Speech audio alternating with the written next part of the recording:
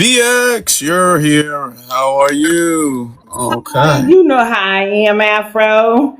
Is Zizi coming? Or is she still on Uh, vacation? I don't know. Oh, you don't know. So I see the prompt making healthy black relationships, misandry, feminism, misogyny, red pill. You've Yeah, been picking some it's topics. yeah. I know we've been really cooking, ain't we? I wanted Yeah. to have this conversation, and we've had this conversation before, but it's time for us to like really discuss this. All right, it's time for us to really go in because I'm seeing some stuff. There are some lives that I see. I just scroll through. I'm not going to say any names, but there are some lives that I see from consistent people, male and female. I see those lives, and I'm all like, you know what? I gotta address this. I gotta address this because this is becoming a thing that I'm starting to see. There's a deliberate push to sow seeds of division between black men and black women, and we got to talk about that because not only is this a agent propaganda and push by agencies and things, this is also something that some people within our community feel and would like to address. There are some feelings that, some red pill feelings, some misandrous feelings that are within our circle. And I've seen so myself. Some people who come up and when we're talking about reparations, they all cool and they're on point and they're very educated and fair and accurate and everything.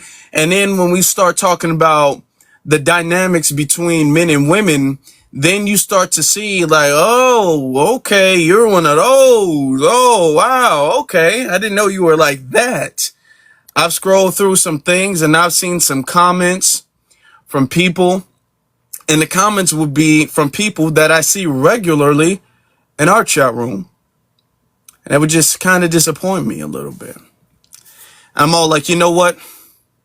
Let's address this. Let's address this in a way to try to heal and build healthier relationships between black men and black women. I can't make the thing too big, but this doesn't necessarily have to be just romantic relationships. But I want to have a conversation about that. To have a conversation about that. I'm glad that you brought up the people that who will be in our chat, and you think that it's kind of disappointing that they're in other chats in other spaces, feeding into some of the BS. What I found out about TikTok is that we like drama, and sometimes it is us. Mm-hmm. And there's no one big fit to us, but some of us are flat out liars. Some of us will feed into the gender divide. Some of us have feminist talking points, and some of us have is that misogyny, red pill type of talking points. And then when you address it to them, even have receipts on why it shouldn't be that way, you're still going to be disappointed again 2 minutes after you log off your live, Afro. Because Mm-hmm. TikTok is not a serious place. There are people here who do the work. There are people here who can shake some shit up. There are people here that this is recreation. This is recess for them. This Mm-hmm. isn't serious for them. And I just hope that when they walk away from any of your lives, they have learned something and you have planted a seed in them, but it's up to them to germinate it, to nurture it, to help it to grow.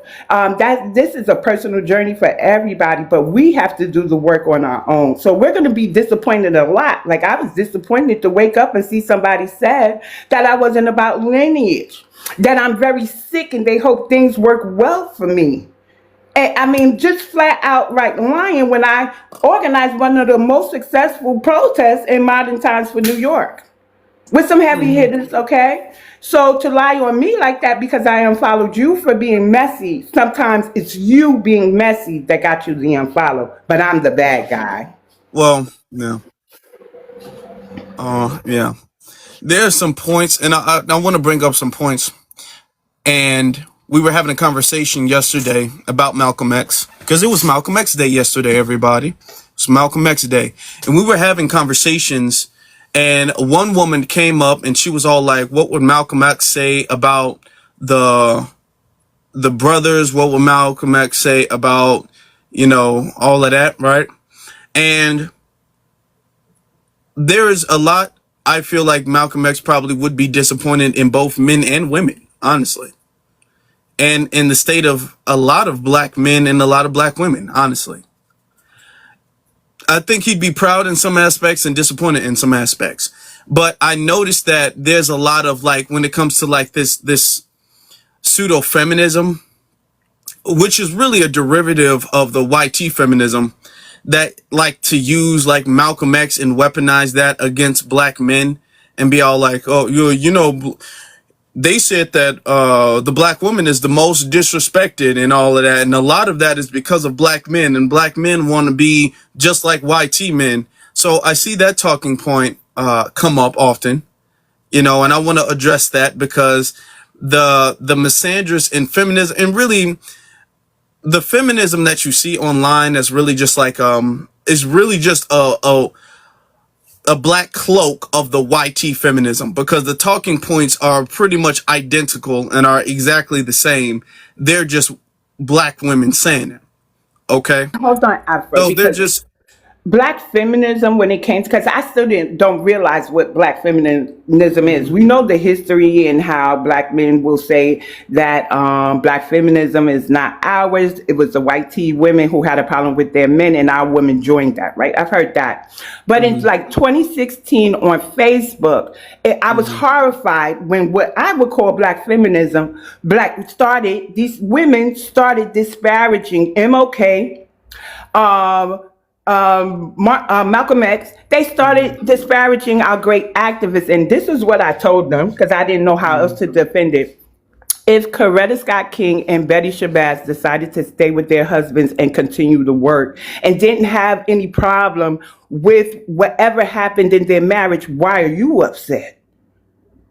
So that was my first real life modern day time to black feminism. It's okay to root for your sisters, but it's not okay to disparage the great activists whose wives stayed with them. So is black feminism about tearing down just our leaders? Like, how does black feminism work? black feminism is really really YT feminism and misandry cloaked as pro-black women. That's really what it is. So it's really weaponized racism, right, against black men, with the cloak and the veneer of being pro-black women. That's what that is. And to be honest, that's the same thing when it comes to red pill, because remember, the red pill movement was started by YT men. Now, the YT males had an issue with YT females, and they started the red pill movement. I don't know all their names. I don't follow all that stuff, but they started the red pill movement, and then they started that, and it became the manosphere. And then after that, then you had black men online. And this was before Kevin Samuels even popped up. There was other black men like Fresh and Fit, a few others. They popped up online, and then they were talking about the black manosphere, or the black manosphere, or something like that. It was something to the degree of copying the manosphere and then putting the word black on it. And what they were doing was they were pretty much regurgitating the same talking points from the white tea manosphere, and they were just saying, well, black. And the thing is that they were making a hyper focus on their women. They were making a hyper focus and a hyper fixation on black women, right? Because they would talk about women in general, but there was a hyper fixation on black women in the like black red pill or black manosphere, whatever you want to call it. It was a hyper fixation on that. Okay. So that's the case. Now, if you guys come up and disagree, you guys can feel free to disagree. I want to have that conversation. But the fact that you all are saying something in the chat room, and I want everybody to know, if y'all want to come up, if y'all agree with anything I'm saying, Or if you disagree with anything I'm saying, feel free to come up so we can have this conversation. All right. I'm going to allow the men and the women to come up and say what they want to say. Right. As long as you're respectful, So let's be real quick. BX, can you set the decorum, and then we'll start letting people speak. Sure. When you come up on the panel, immediately go on mute until directed to speak. When directed to speak, please give your ethnic group. So, to be a Black American, you would have had to trace your ancestors to an 1870 USA census. We don't do the Americas. If you have not gotten that far and you have two immigrant parents or even one immigrant parent in your household, then you can identify as a bi-ethnic. But if you have two immigrant parents, then you are your parents' country of origin. TikTok friendly language only, please.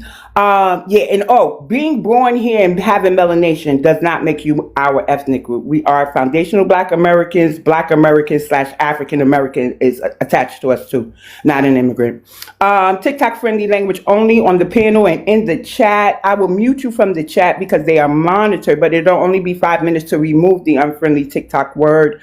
I see the orange heart by Afro Elite's name. Click the orange heart, complete the daily mission, and claim your points. It'll unlock some cool gifts, level you up in the rankings, and keep Afro in the algorithm. He does have a super fan club. I am a member, and you'll get some really cool perks like panel priority towards the end of the live. Share the live out. Tap the screen as we watch. There's 126 in the chat. I don't know how many is in the hallway, and Afro is only at 3.4K. Please at least tap them up to 7 or 9K. Those are very powerful numbers. Thank you. Hey, Sister Candy.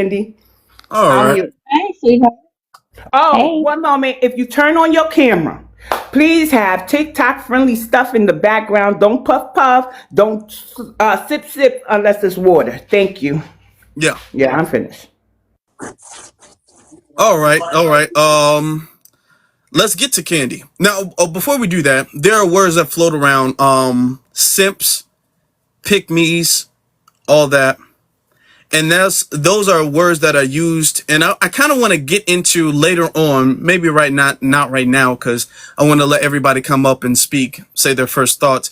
But I kind of want to get into those words and how those words are being overused and stretched to fit anything that people don't like. So we're gonna have a good conversation today. We really are gonna have a good conversation. So Candy, how you doing? Hey, I'm doing good. How are you? Good. That's good.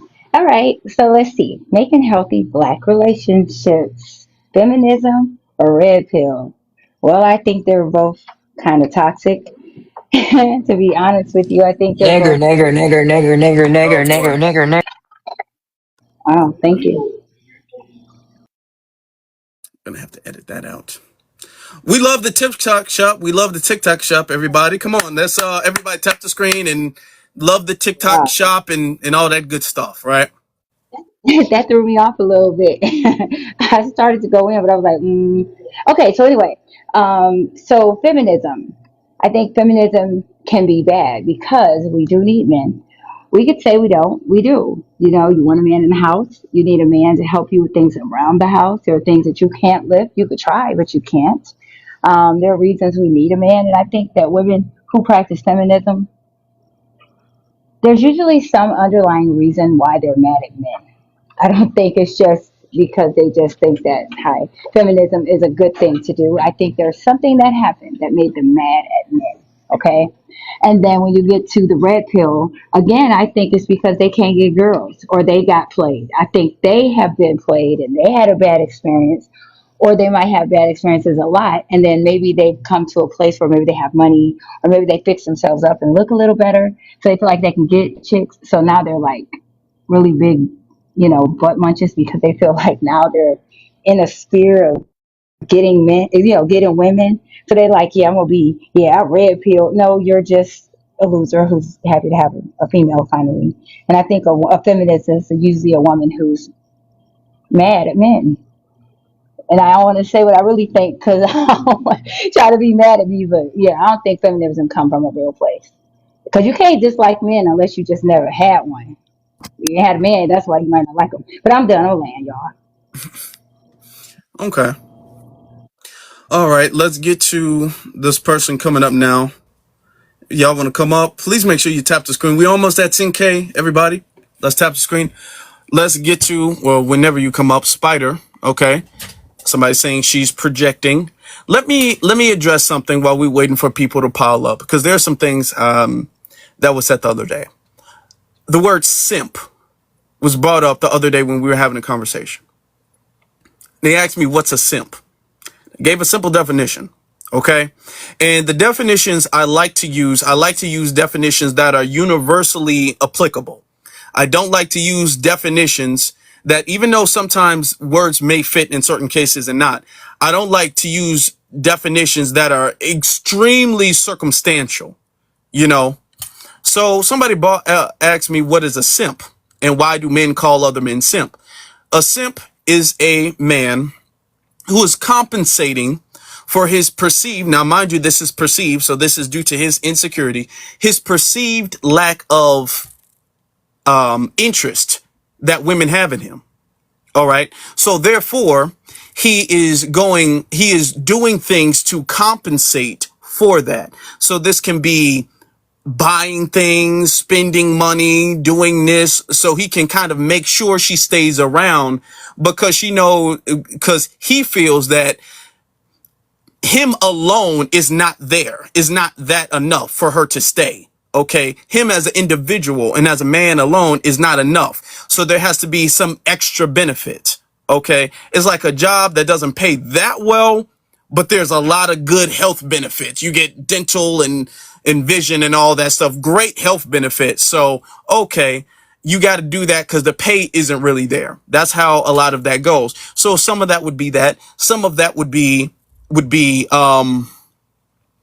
some of that would be like being able to be walked over and disrespected without saying anything, kind of being like a do boy, you know, being a yes man, because you feel like that's the only way you get to stay. You don't want to put her in a bad mood, even slightly, to defend yourself. All right. Because you don't want her to leave. It's like the boss that feels like, if I say anything, this employee is going to leave. I'm barely keeping people in the building right now. Our turnover rate's not that good. So it's the perceived lack of interest that they would have. Not saying that they have it or not have it. It's that perceived lack of interest, right? This is what makes a man a simp. Okay. When he knows or thinks or knows that she's not interested. So now he's got to do all of this extra stuff to make her or other women interested. Okay.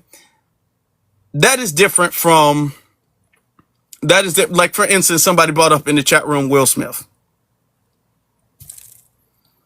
The other people can bring up certain names, but come on, like, we know some of the characters, right? Another person brings up the word panderer, right? And there's a difference to panderers. Panderers are not necessarily simps, really.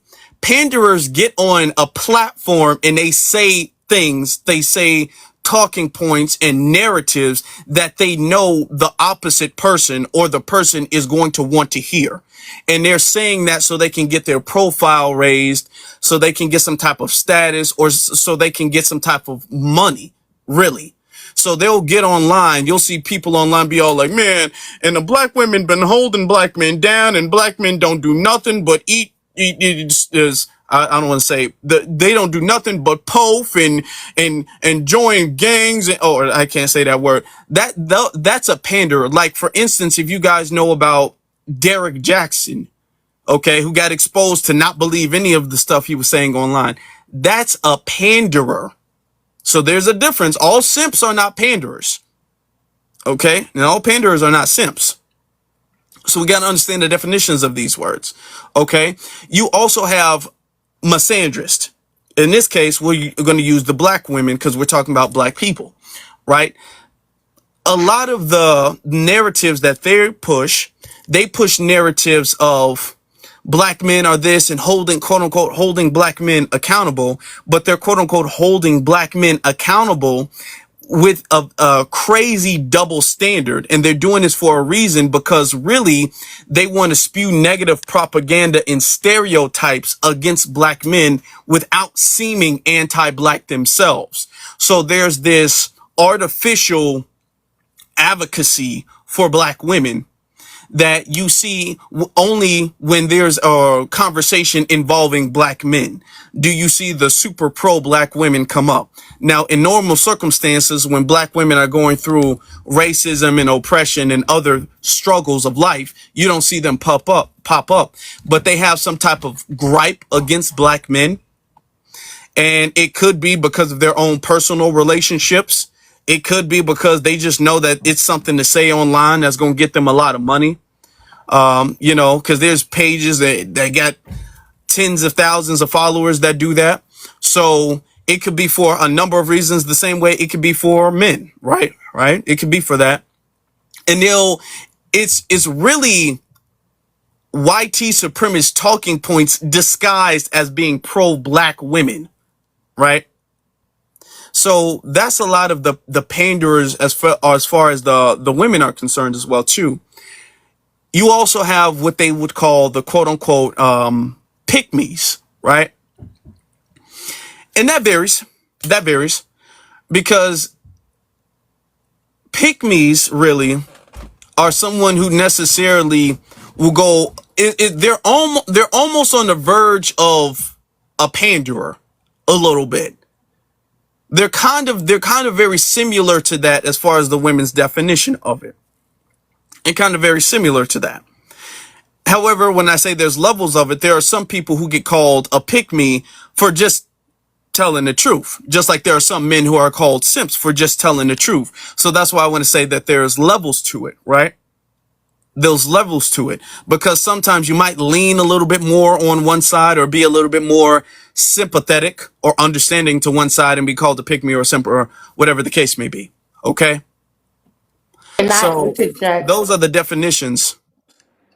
I want we should call out the people that use it like they use the word tether. They overuse it when people don't agree with them, right? So I'm not a pick me if I see a black man being attacked on a panel and I come in and say, "What's the problem?" Come up here and talk to you are pick me, you're taking up for the simp. Or if a black, you know what I'm saying? They do some weird shit and people get erroneously labeled as a simp for taking up for black women, or black women will be labeled a pick me, right? Meanwhile, none of us have a romantic interest in the other. It's just getting really weird, some of the things I have been seeing. The overuse of these terms are exhausting as well, Afro. Yeah, they are. They are. A lot of them, we're going to have to be honest, a lot of these talking points and these issues, even though I don't want to lean too far into this, because I feel like every time we lean too far into it, we kind of get off track of the main subject. So I don't want to go too far into it, at least not right now. I don't know why people are coming in and coming off or whatever. I don't know if that's TikTok or if people are coming up accidentally. However, a lot of that stuff comes from tethers. A lot of these panels are operated by tethers. I can name some. I'm not going to do that because that's going to be messy, but you guys have seen it. I can name them.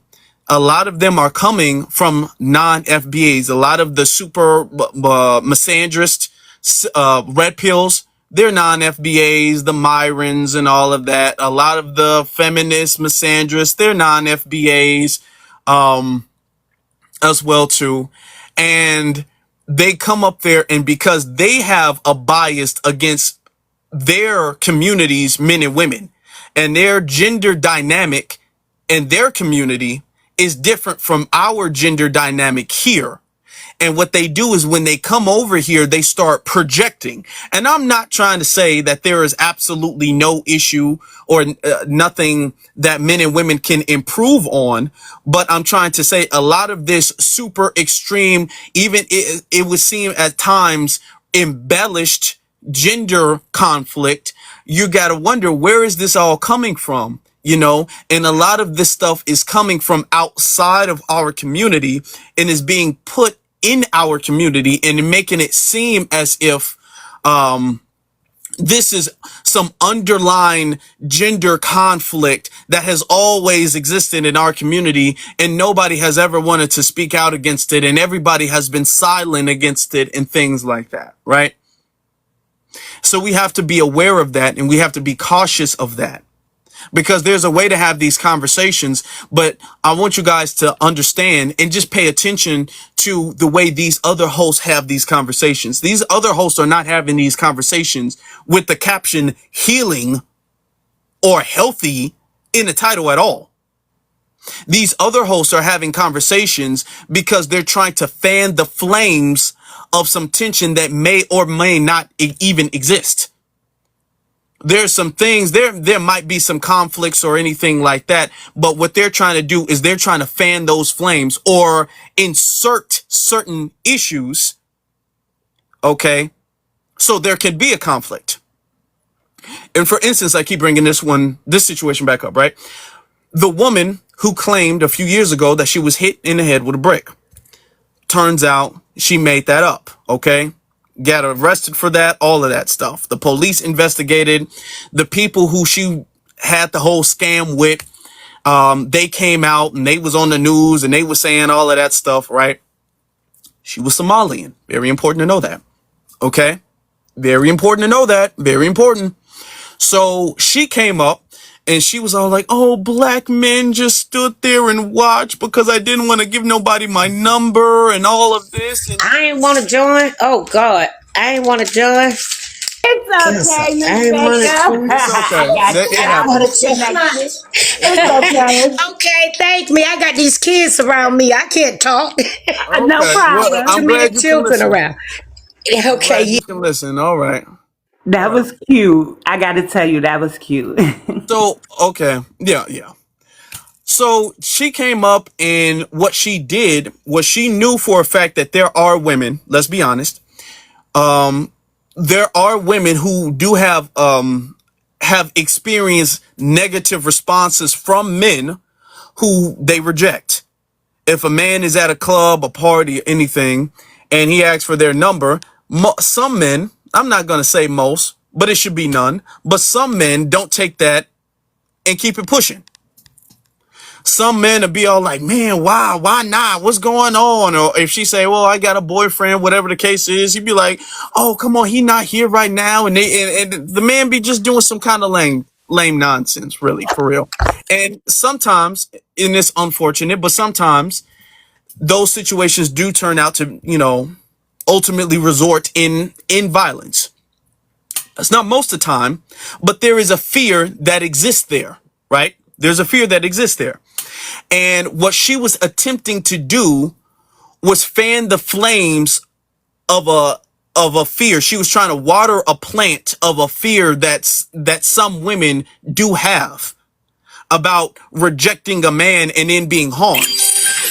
And she was trying to play up on that and play up on the emotions of that so she can get money.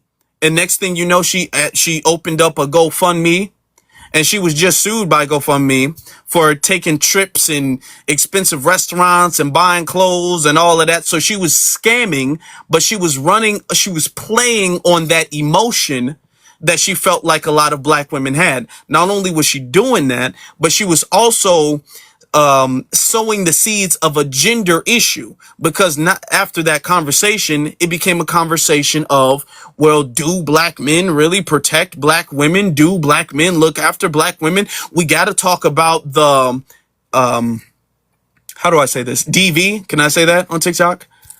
Say DV. Yeah. DV, we got to talk about the DV in the community. We got to talk about that. We got to talk about the femicide in the community, which are issues. We have to talk about those because those are issues.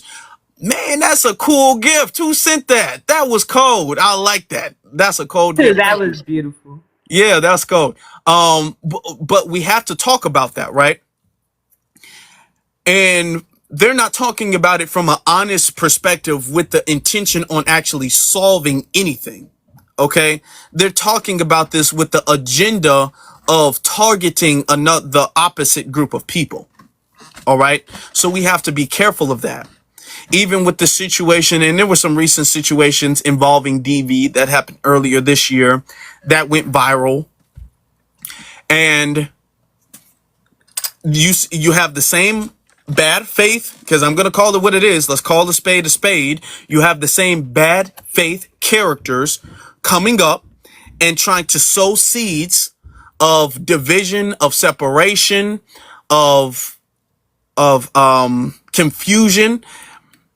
Some of these people are doing it just because, for the love of the game. Some of them have their own personal vendetta against black men and black women, and then some of them are sent.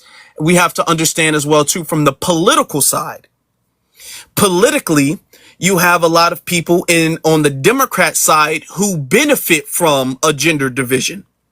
Okay, they benefit from that.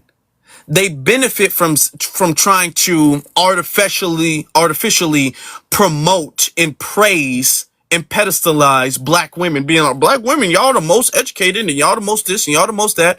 And they do that because they know it can siphon off. It kind of strokes the ego, and it can siphon off some of the women to stay loyal to the Democrats, right? Which is why do you think Biden was so quote unquote pro black women, which he has never been any time ever in his political career ever before then? Did you ever see so much black Joe Biden want to put a black woman in as his VP, and he want to put a black woman in the Supreme Court, and he want to put a black woman here, and he want to put black women in jobs, and he want to put black women in. Joe Biden has never done that before. Joe Biden has never even implied that he cares about black women before. In fact, the opposite. But he was doing that because he knows that that is going to be seen as, is going to be beneficial for the party, for it to seem as if the party was, caters to black women. All right. So we have to be aware that of the trap that too many people accidentally fall into. Right. So sometimes it's personal. Sometimes people doing it for monetary benefit and to raise their profile so they can get a podcast. And sometimes other people, they're doing it because they were sent. They were sent here by the DNC. They have sponsors. Okay. They have endorsements. They want some type of political seat. So they're doing it for that reason. All right. Let's hear what Black Wolf has to say about it. Black Wolf, you can go ahead. Oh, I'm sorry. I didn't mean to join. I was just listening in. I agree with everything you're saying, though. Yeah, I really didn't mean to join, but bro, keep going, bro. I believe in everything you're saying, bro. Like, for sure, bro. Like, I agree with everything. Is there any else? Like any specific questions? It was let's see. Yeah, that was just it, bro. I accidentally didn't mean to join. No, it's fine. It's fine. Normally we kind of go through this. This is kind of like the dry part of the live, right? Where people just starting to get the notifications. More than likely, people are kind of dealing with something, and then they kind of find a way to step off to the side and join the live. So this is kind of run for the course. So it's okay. I'm glad that you're enjoying the conversation, though. I'm glad that you agree with what's being said, because we're trying to do this with the guise of trying to heal some things. All right.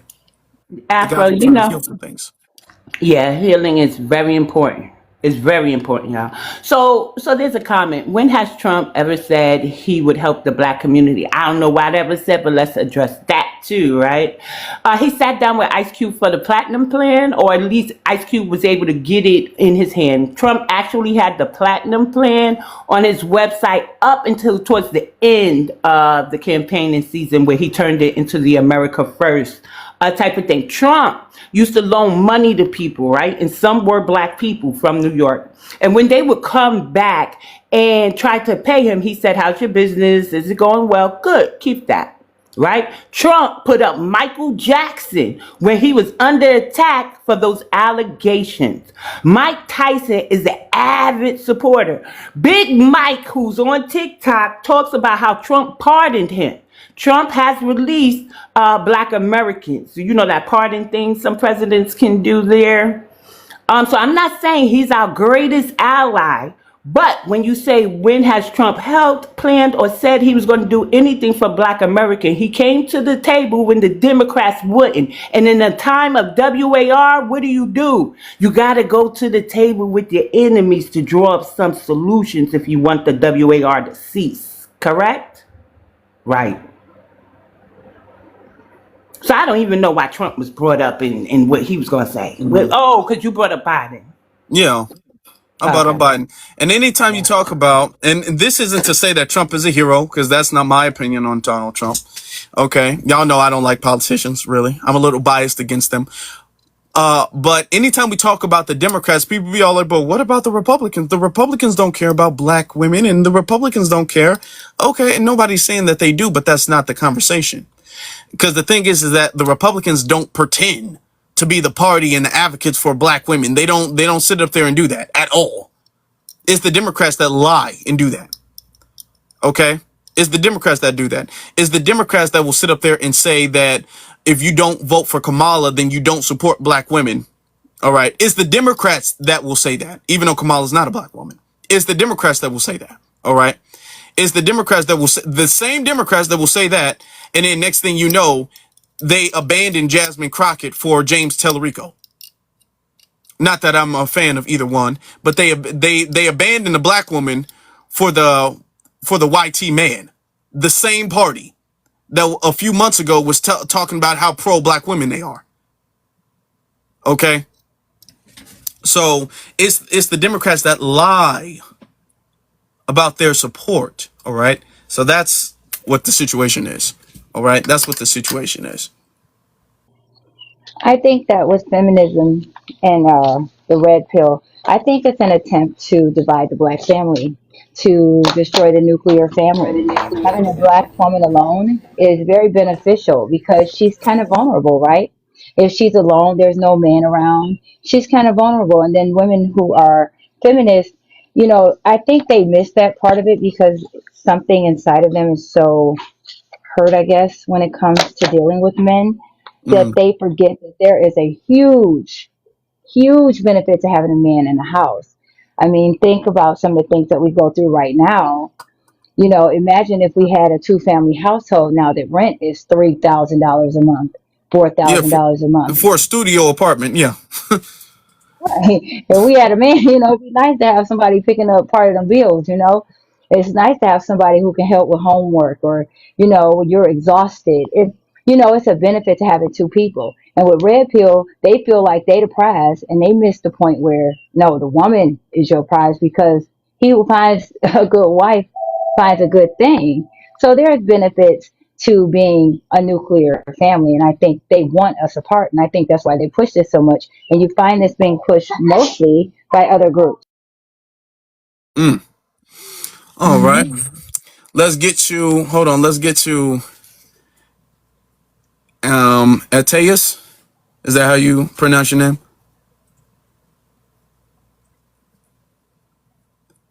Ant. Yeah, you hear me? Yeah, yeah, I hear you. Yeah, Antaeus. Antaeus. All right. Where are you from? Where are you from? I'm from Greensboro, North Carolina. Okay. You're ethnically foundational Black American or no? Yes. Okay. Yes. All right. All right. Well, what say you about this conversation? I I personally feel like this. We have had over. I'll just say I'm 60 years old, so I'll say over. Let's just say over 30 years. 30 years, we've had African American traditional African American descendants of slaves in positions of power to where they could move and shake and do things specifically for black people, right? We've had that. We've had I think in my time of living, I think the first person that I've seen in a powerful position was Mayor Barry, Chicago, right? Marion Barry. I think he He was like the wasn't in first person Chicago. I ever saw. What was Detroit. Marion I Barry? think it The was man, Detroit. Detroit. No, Okay, Marion Detroit. Barry Yeah. was in Okay. Maryland, if I'm not mistaken, right? That was Maryland? in D.C., right? Yeah. Okay, He was I'm in going to Maryland. look because Yeah, I thought DC. Yeah, who was in yeah, Detroit DC, though yeah, that DC. they love him. He was a black man. He had some Uh, issues. He was framed or something. He was really good for the people. I think Detroit has said. are you talking Oh, it about was Maryland. recently? I Coleman don't Young. know the year. Because Who if said you that talk again? about recently, you might be talking about Eric Mays. Are you talking about Eric Mays? I know Eric Mays. He's before Eric Mays though. Okay, yeah, okay. So Okay. he's, I don't know. Somebody said Kwame. Somebody said Kwame Mumu. No, no, Oh, no, no, Kwame Kilpatrick, right. Okay, gotcha. Thank no, you. not Coleman Young. But as I was saying, in my lifetime coming up, the first person I ever saw like as a black person with power was that guy, Marion Barry. Mm. And then you see what happened with him, and I don't think it was. And then we looked at it as I remember like people would look at it as, oh, the white tea people attacking him. No, this man made a choice to do what he did. Now, fast forward, we look at Fannie Willis in Atlanta in Fulton County.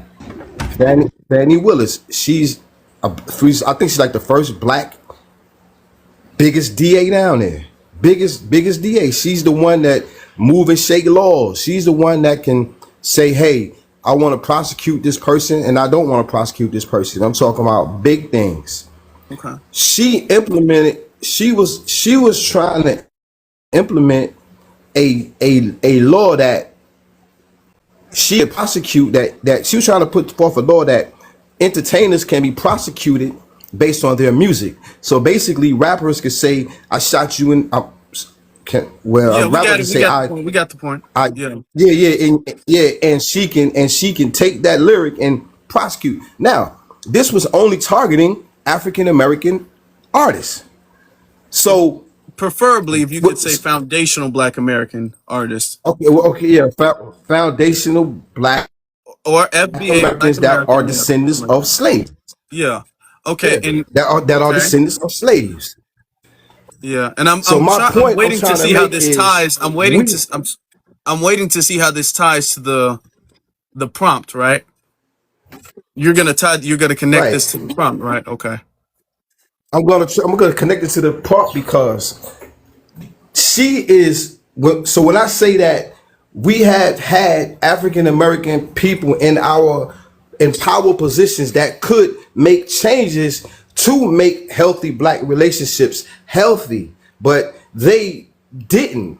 But then we turn around and we want white tea people to take that father role and for us. Like we're looking at white tea people to be like, okay, so for like say like Obama president, his focus was not on saying, hey, I'm going to get a whole group of people and we're going to focus on black families, on what we can do to make black men stay in the home, make black women make this. He didn't do that. He didn't do that. Now we're asking Trump, a white man who we're saying is racist, who we saying don't like us, who's saying that he's all this, but we asking the devil. We're asking the devil to help us, quote And unquote. I don't think the man is devil. what and who is asking Donald Trump for anything, and then what exactly are we asking Donald Trump? I'm trying to figure that out. Okay, one of the things that I just do not like that we're doing is when our alleged leaders go and we want to put up this big fight about reparation. Okay, thank you. That's enough, bro. I'm gonna be honest. I tried to give you enough time to connect that, and I gotta go. I tried to give you enough time to connect whatever you was talking about to the prompt. You really didn't successfully land the plane and connect that to the prompt at all. There was quite a few red flags in what you were saying. Kept on saying African American. And now you're saying we asking Obama to help and we asking Trump for reparation. Then it, bro. This I don't know, man. I don't know. Honestly, we just gotta. You kind of throwing us off, For and you, you're not man. even on subject, bro. You're really not. Come on, dude. I'm not gonna lie, that was a little irritating. You was all over the place now, old man. That was irritating, man. We just gonna have to move on, bro. Hold on, hold on. Man. Yeah. All right. All right. Well, I mean, okay then. All right. We're gonna get to delineation as you were up here, and you were saying some interesting things in chat room, and I want to get your opinion on this. Yeah. Okay, so making healthy black relationships. You know, I got a black girlfriend, you know, in the midst of black relationships. So I think it can be done. I think it should be done. It should be encouraged, right? That's first and foremost. Misandry, and it's a black American person, you know, not nobody outside the lineage in any capacity.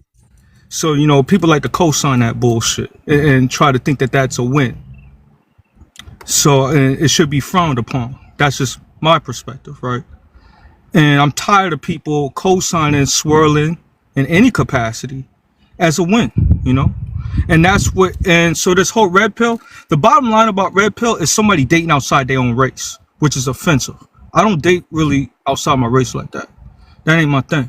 And that's what the bottom line of what red pill, the passport bros, stuff like that.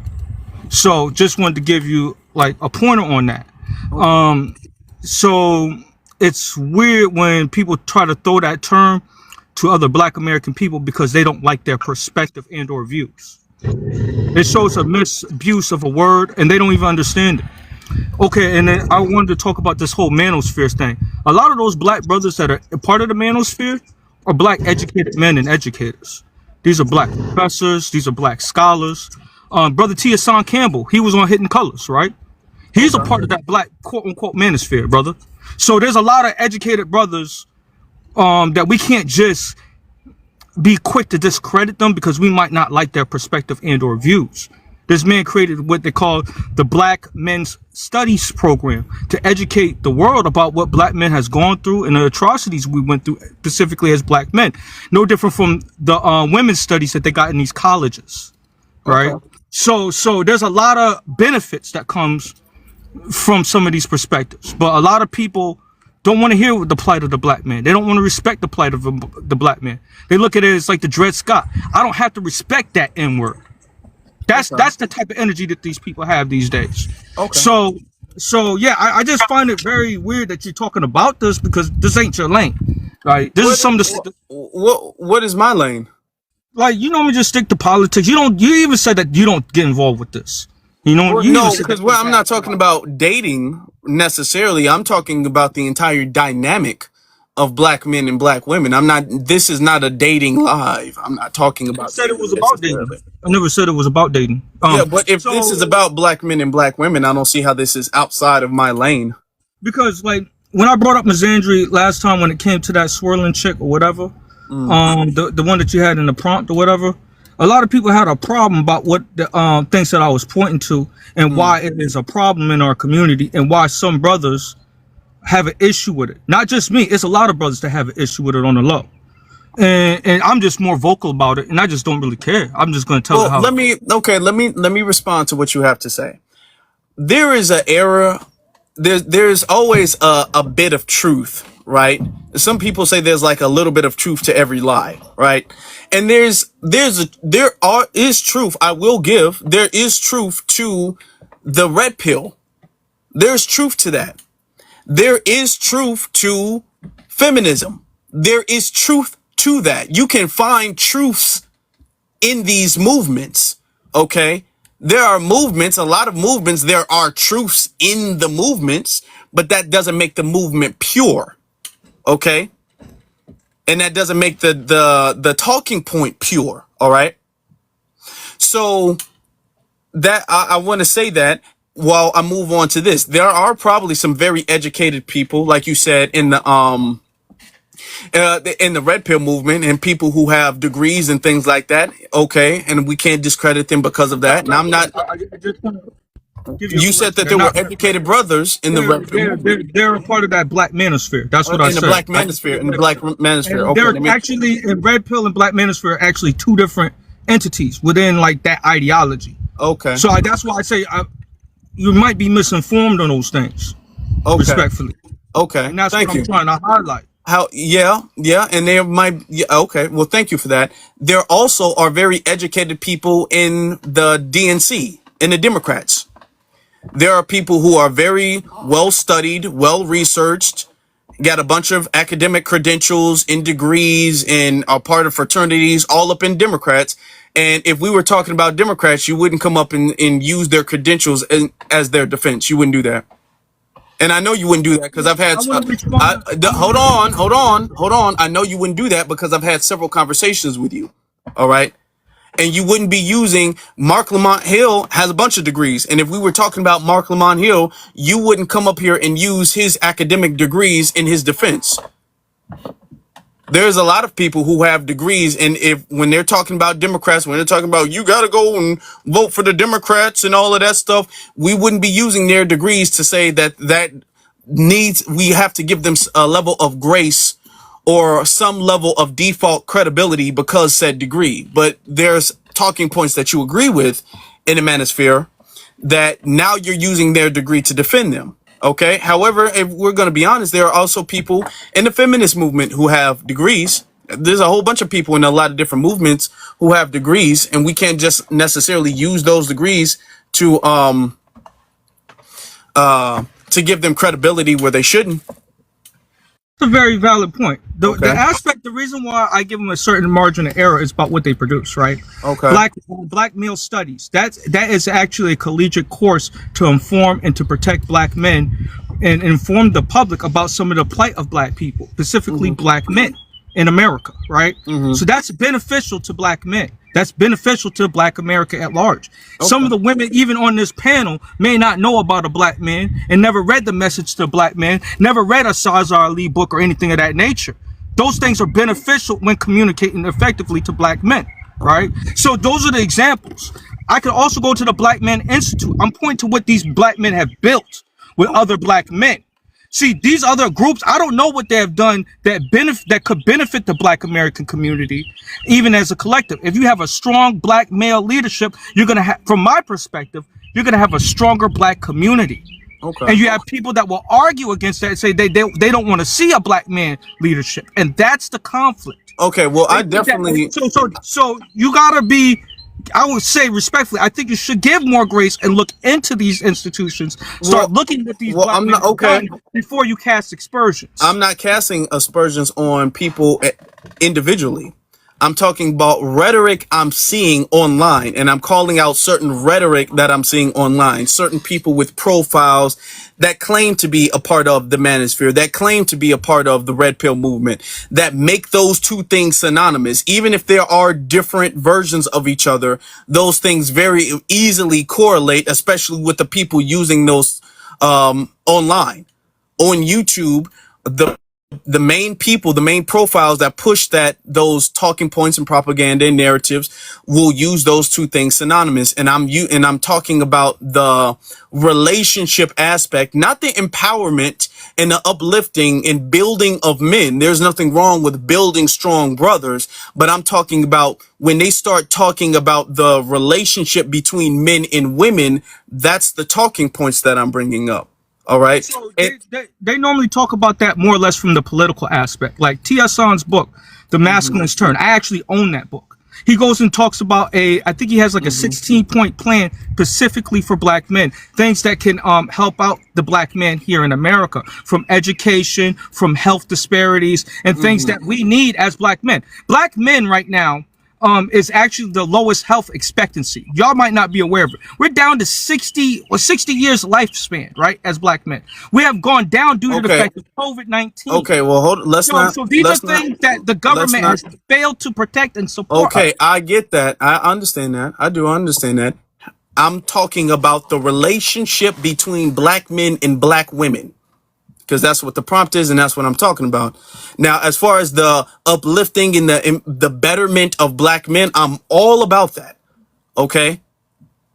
But we're not gonna be disingenuous, and we're not gonna make it seem as if all these brothers, all they want to do is make strong black men with, educated minds and healthy bodies, and they just get demonized for it. No, that's not it. There's a lot of other stuff that they say and a lot of other stuff that they spew that people take issue with. They're not taking issue with men telling men to exercise every day. That's not the point of contention. The point of contention is not telling men to read books, okay, and to exercise and to groom yourself well. That's not the point of contention. All right, so let's be genuine to solve the issue and let's fully acknowledge what the point of contention is.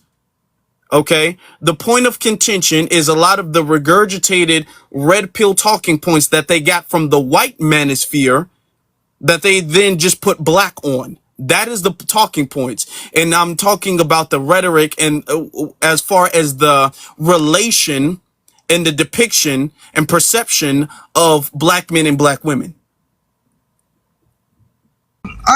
I hear you on that. That might not be the reality. The reason why that the individuals broke away from the white manosphere is because from what I observe, right? I'm an outsider looking in. So some of the things that they have stated is that they don't address the issues of the black man. They had issues with the plight of the black man. The black man, when it comes to relation to other men in society, we don't have the certain authority, economic means, and stuff, even a patriarchy, right? These are the things that other societies have that we don't have due to the fact of systemic issues, racism, bias, right?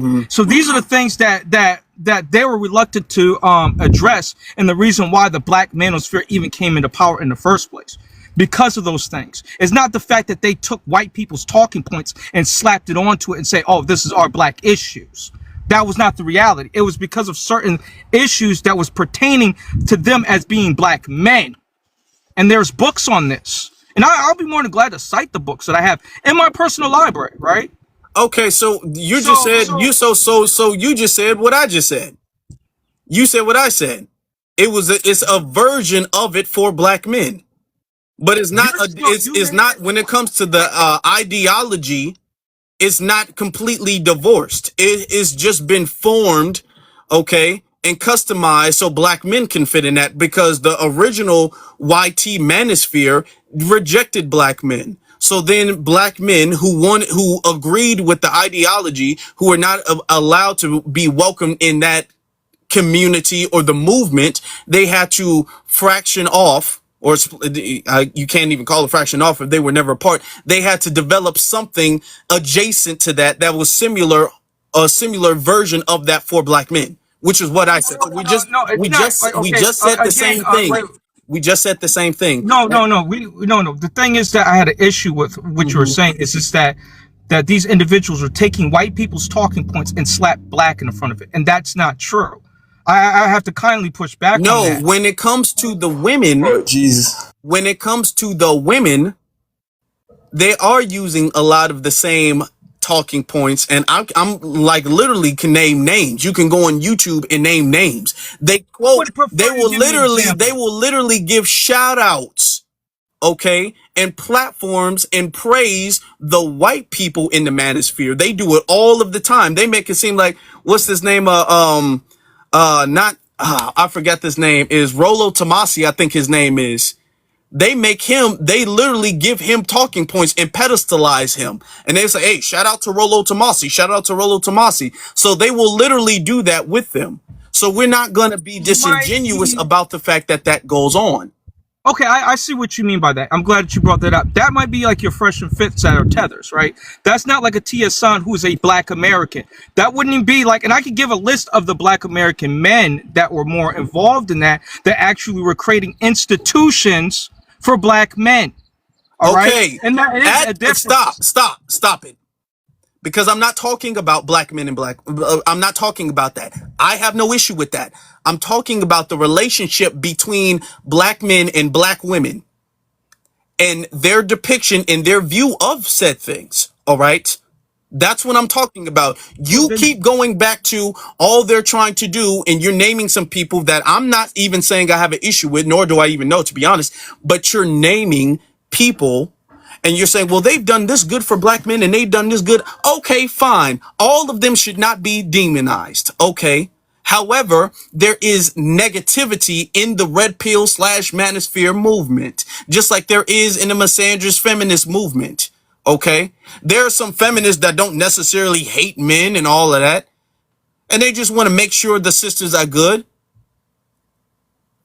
But I'm talking about the overall collective and the negativity that comes from that and how we can end that. Okay, so it's more or less the guys, when they talk about relationship, they more or less talk about it from a political situation. Like, so one of the examples I heard being talked about would be no effing, no voting, where they were telling black women that were in committed relationship with black men, if they're not voting Democrat, not to have sexual relationships with their men. Like, this is that's the type of stuff that these black men are talking about and how it impacts them as black men. So there's more or less the political aspect that is infringing onto their personal relationships. That's where I'm more or less getting at. And that's how it impacts the black relationships and make it unhealthy. All right. Let's get to some of the next Let's get to some of the next. Let's get to some of the next speakers. What woman is going to listen to that if she loves her man and knows her man isn't the type of man? Let's please Okay. not. Let's please not. Let's get to the next. He'll be all day. Get to the next because it wasn't only that. Let's get to the. We're gonna make sure we're gonna at least make sure we get to everybody before we have this open panel conversation, because me and Delineationists have been going back and forth, and I want to be fair to everybody's time. So we're gonna get to EJ. Yeah, I'm gonna be short and sweet because I'm about to get off work. Making healthy black relationships. I think when it comes to making healthy black relationships, we have to get with real women and real men. And I don't have a problem with certain people, dating outside of their race as long as they ain't messing up the functions of the black American community. If they ain't on that BS, I mean, you can't tell a grown man or a grown woman what to do as long as you ain't coming up here trying to, regulate certain stuff within our community. I think when you do that, you lose access to have any critiques when it comes to, our people in our community, when it comes to our problems, if you're speaking to it on a negative manner. When it comes to the feminists, I find them real disingenuous when they say they don't need, black men for certain things. But when it comes to them like getting pressured on by, certain people from the dominant society, let alone other groups of people, they'll come running back to us if something happens to them. Now, you gave a perfect example, Afro, earlier of the brick lady, when she said that nobody wasn't trying to help her when she got hit upside the head with the brick, and there was a whole situation that ended up with her being exposed. When you have women like that come with a feminist mindset, I don't really see them as a righteous person within our community, especially like if you come from an immigrant background, because they got a lot of things going on within their community. And when it comes to, some of these dudes from the red pill, I don't follow them like that, but from the things that I hear from some of these dudes, I think a lot of them have problems with certain women within our community when they can't get no play and they just want to go somewhere else and be like on their passport bro stuff. I mean, like, if you want to go do that, just do that. But when it comes to certain things with our women in our community and they want to be talking bad about them, when you over here playing in these other third world countries and you still trying to have a critique on black American women, let alone any women of melanin that you ain't even trying to get in relationships with, I find it very terrible when it comes to some of these folks within the red pill community. And some of these folks do be uplifting these YT, supremacist dudes that's talking the same ideology as them. They just doing it in a YT supremacist mindset. They uplifting these dudes, and you trying to come back and tell us what we're talking about is not real good amongst our people when it comes to black relationships. So when it comes to the feminist situation, I separate them from real black American women that be on that BS. And when it comes to the red pill simps and these other folks that talk that BS, I separate them from the real righteous brothers that want to build relationships and build a family with righteous sisters within our community. So with that being said, I'll land my plane. Mm-hmm. All right, thank you for that. Let's get to Lester, and then we'll get to Beauty Girl.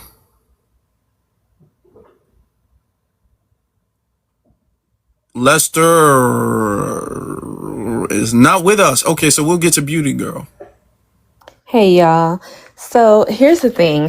Oh man, I think we have to be really careful because we're not all of us, of course, but we're pushing this like date outside the race because and it's really our stereotypes, right? Black women are, loud and ghetto and lazy, and black men are, lazy and poor and, don't have any aspirations. I think it's really to be attributed to white supremacy. And we don't even understand that we're indoctrinated as well. So we push these stereotypes onto each other. I think the goal is for us to be like Latin America eventually, and like our descendants in 100 years to be like, I'm not black. Like, I really do think that's where it's going, and that's why it's pushed on us, so that we can stop having, healthy black families, and instead everybody can date out, because out is, stereotypically better, even though it's not in reality. But I think that's the push, so that we'll see the other people as safe and the place to go and create children, so that, our children are biracial and our grandchildren are a quarter black and our great grandchildren are eighth black. And ultimately, there will be no more black children. So I think it's just a clever, clever, clever way to deal with our population, honestly. And I think a lot of us just aren't smart enough or strategic enough to be able to see that and stand strong, honestly. Okay. All right. All right. Thank you very much. Yeah, this is something that is pushed to our community from outside forces that mean us no good. All right. So I'm going to say that. Let's get Lester. Are you back? Lester. Then you just said he was talking to his wife. I guess he's still talking to us. The court just Yeah. So let's get to Black Receipts, and then we're going to get to Striving. shout out to you, Afro Lee, BX, Candy, everybody else on the stage. I do feel like it's propaganda that's pushed on us, because when you look at the numbers, most of Gen Z and Y and some of millennials are not even in relationships or having children, compared to our predecessors. And also, it's mostly a social type of thing, because the nation, a lot of Gen Z's and Y's, they don't have too much personal social skills, because they're living their lives off of the internet. You don't really have to go outside too much, so they're falling for most of the propaganda that they see on the internet, because that's their closest thing to personal, know what I'm saying, communication with the opposite sex, compared to how me, a millennial, used to go out to the mall, meet a couple of people, probably get rejected, and try again. They don't have that, so when they get rejected in real life, they tend to lash out, because they don't know how to control that side of themselves, because they never really truly experienced it until now. And when it comes down to the manosphere, it's me doing my understanding of the Okay, manosphere. Lester. Yeah, with a vacuum. But yeah, me understanding the manosphere, it's levels to it. You have your incels, the people who have no social skills, and Hello? Lester, brother. Okay, come on. Somebody's speaking, man. don't know if they actually like women or the opposite sex, because they never really had those type of relationships. And then you have your passport bros, those who reach the level of what most women say they want, a person that's successful, well educated, but they don't have the social skills to get the women that they want, so they go overseas and get the women that couldn't compare to the women that they want physically, but mentally and stability wise, they're not compatible. And then you have your low tiers when it comes down to the friend side, the gorpers, and all those other people who are just socially awkward, fully, and just disgruntled young men who just dislike everybody, because they have no personal relationships. So it's very weird and dynamic. And then when it comes down to the women's side, most of them, I know a lot of men may not like it, but most of these women these days are learning from the examples of what they seen from the previous generation of women, and they're just trying to prevent some of those heartbreaks and some of those pitfalls and being labeled as baby mamas and all these sorts of things. So it's them mostly protecting themselves, and then you have your immigrant women coming in pushing the misandry because they come from third world countries where they're not really respected, and they come over here with all this liberty, and they fall straight into feminism and pushing this all men are bad and evil. So we have to understand the nuance and also delineate who's pushing what message, because most of our women, they love us, they just don't want to be hurt. And most of our men, they want black women, they just don't know how to approach them in a type of way where they won't feel like they're being rejected and they're useless. So it's mostly personal things that people have to deal with, some self-reflection and you know what I'm saying, some self-esteem issues. Mm. All right. All right. Appreciate that. Lester. Can you hear me? Yeah, I can hear you. Can you hear me?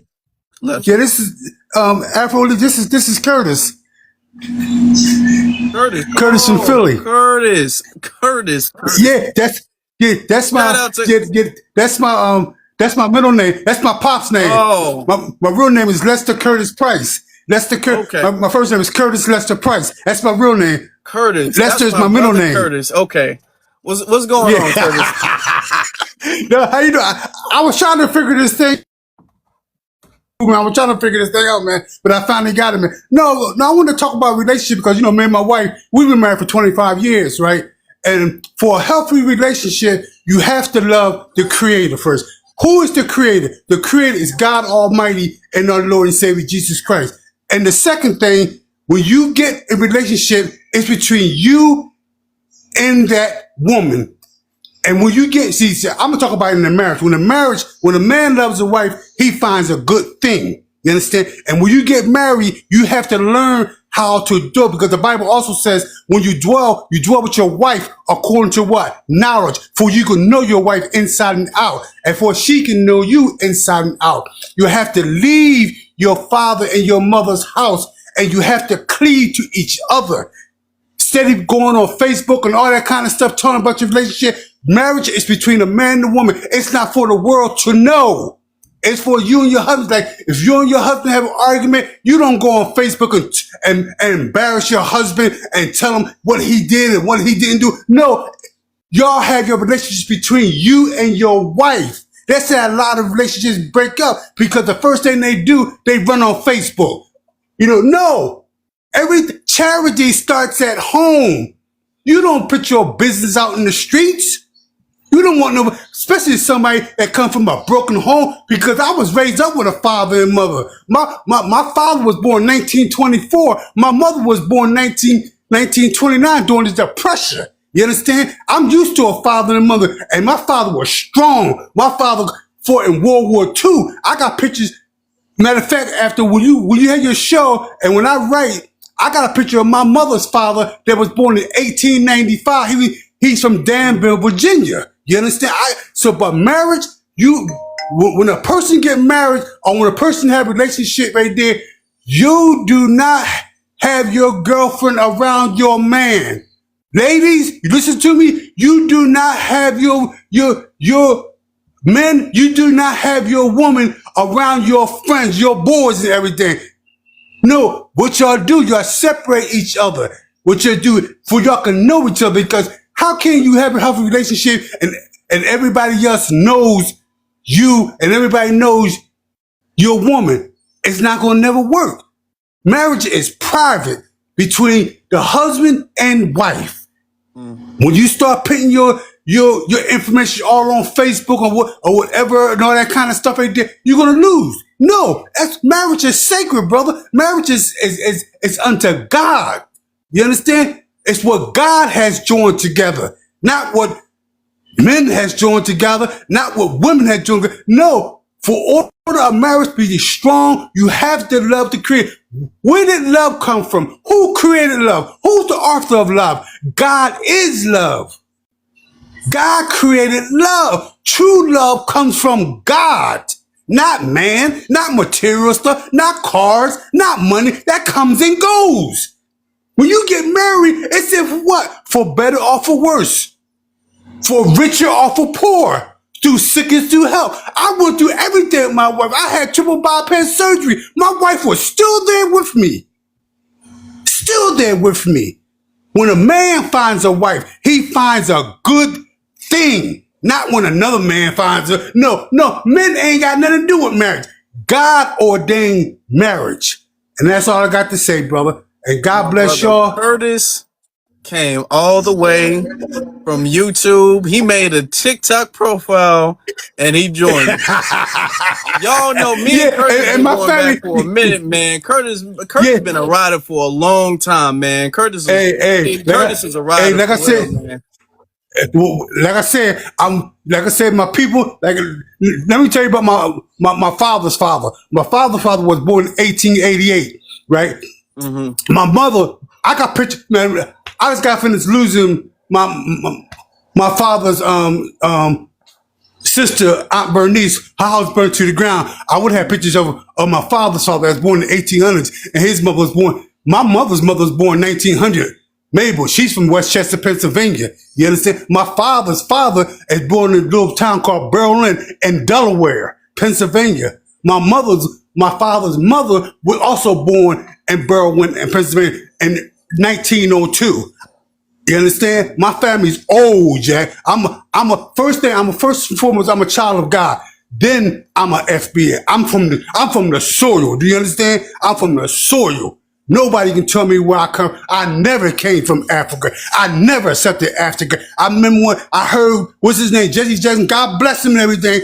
But when that Africa, you talking about 1988, talking about that we Africans, what? Oh, I think I had one or two dashiki. That was it. But my mother, I told you before, Afro Lee, I told you before, I remember when I was like 5 or 6 years old, the school called Lee School in West Philadelphia, and In West and Philadelphia. the white lady asked me, where y'all come from? And I used to come home for lunch, and I ran home to my mom.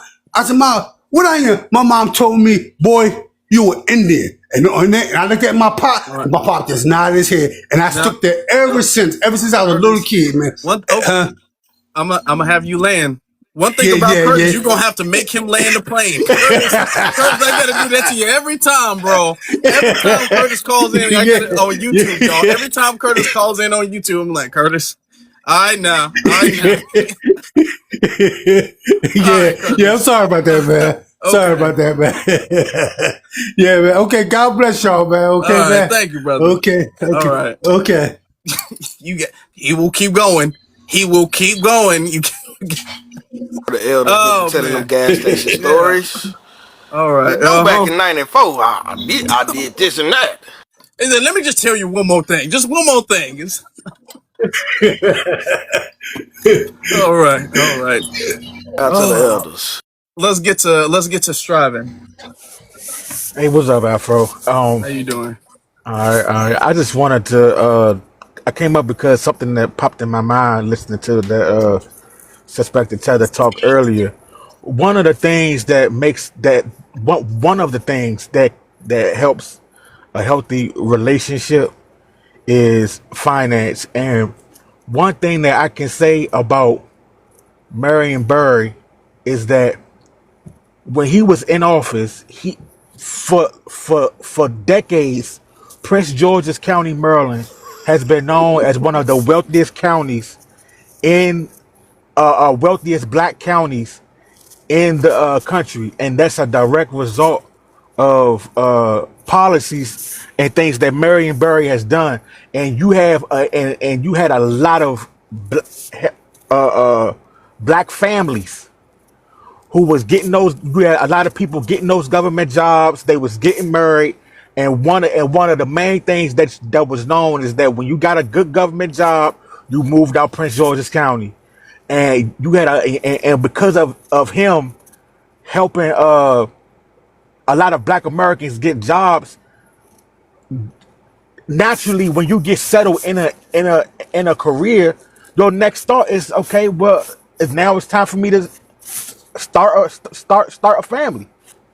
So I just want So finances and good government policies can't help the relationship dynamics between black men and women, because because when your finances ain't right, that that definitely puts a huge strain on a relationship, because you got dudes out here who may want a woman, but because they not right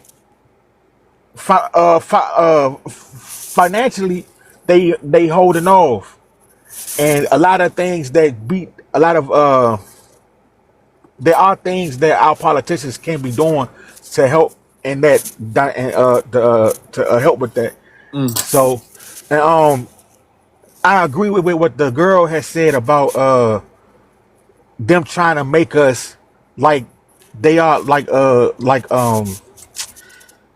in those Latinos, like how they are down in South America and all that, where you got a bunch of mestizos and mulattoes running around, and don't nobody really claim that they black and all that, and trying to make us a permanent underclass.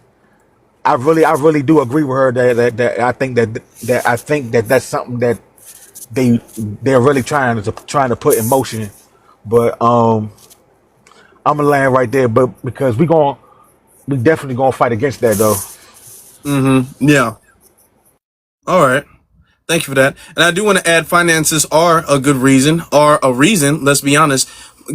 Just because being in a financial strait, and I'm not saying everybody has to be rich, of course not, but being financially well off, that eases a lot of stress people have.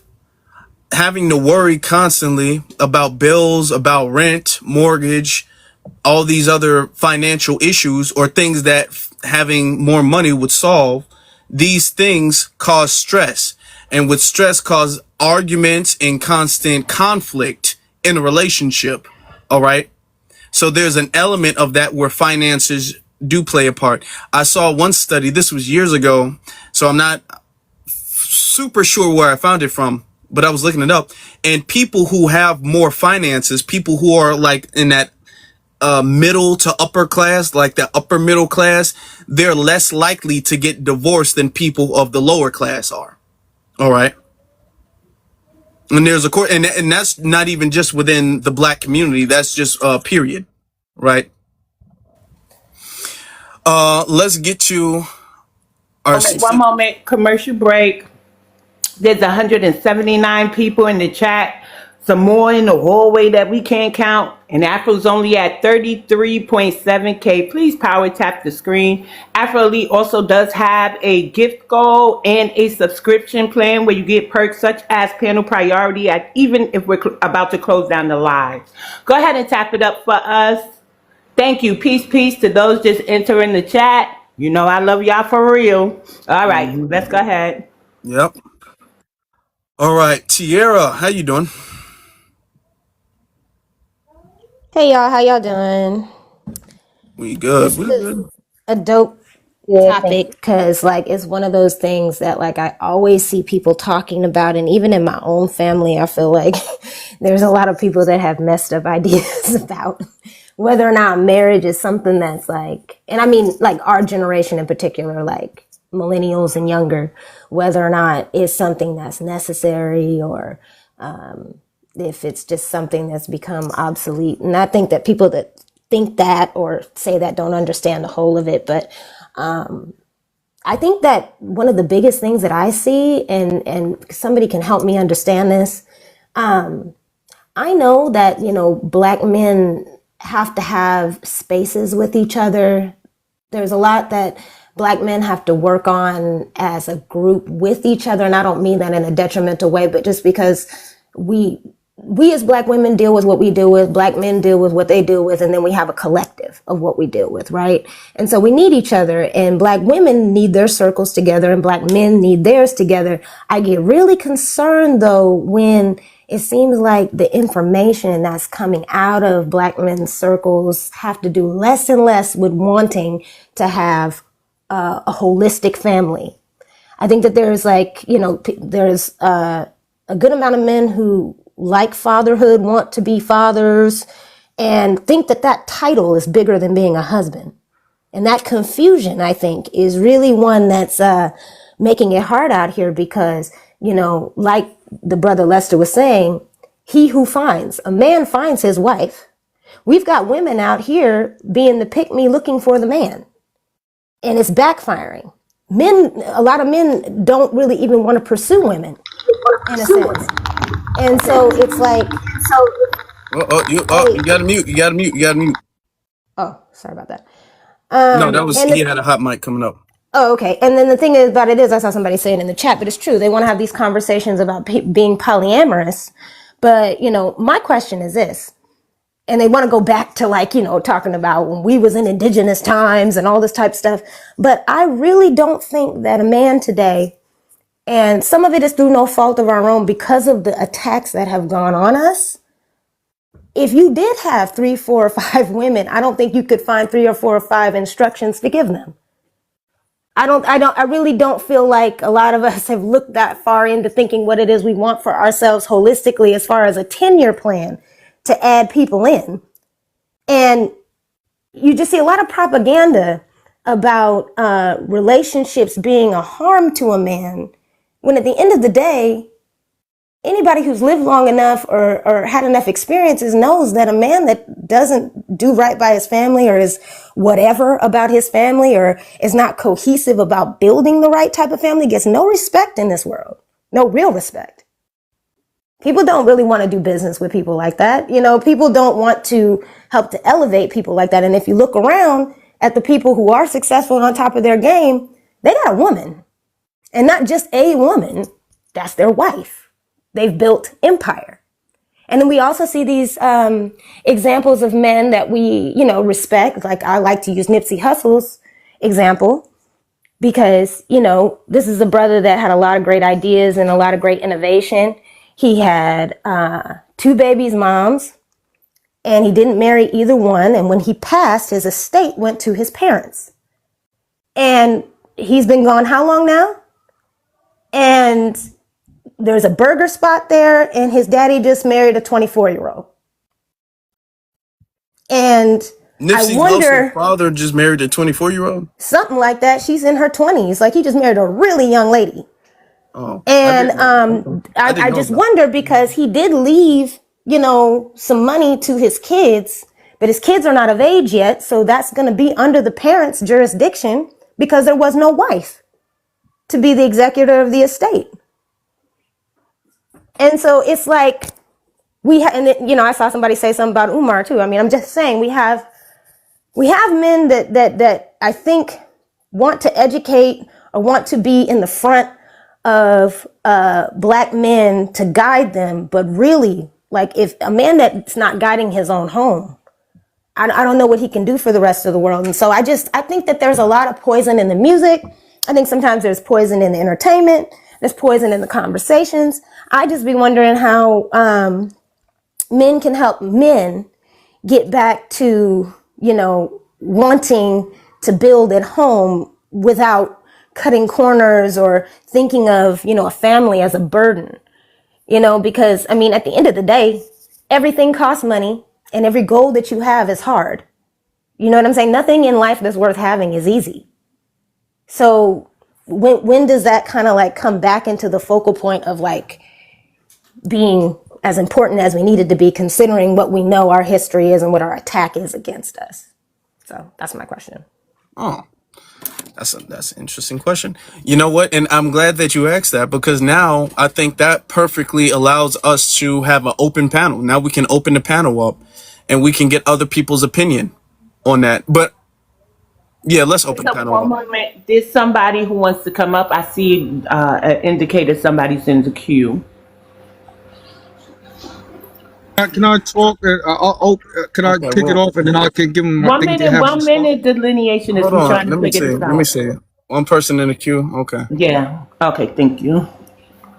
There's another person in the queue. Okay, y'all. Look, we just. All right. It ain't time for open panel yet. Because the thing is, we'll never get to it if it's like that. Okay, go ahead. Go ahead, sir.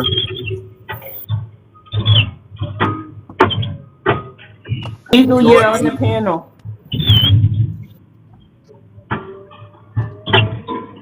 You're not on the panel anymore then. All right.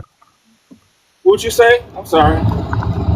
Hold on for a second. We got a few more people. Actually, DJ, go ahead. Go ahead, DJ. And then we'll go to Professor Alon, and then we'll continue. How you doing, Afro Elite? How you doing, DS? Everybody else on the panel. I was just kind of looking Brothers, at you the. got a lot going on your phone. It's a lot of noise. Okay, I'll just try to call back once I stop. I'm sorry. Okay. Sorry. All right. Okay. Professor Alon, you got it. You can go ahead, Professor. Go.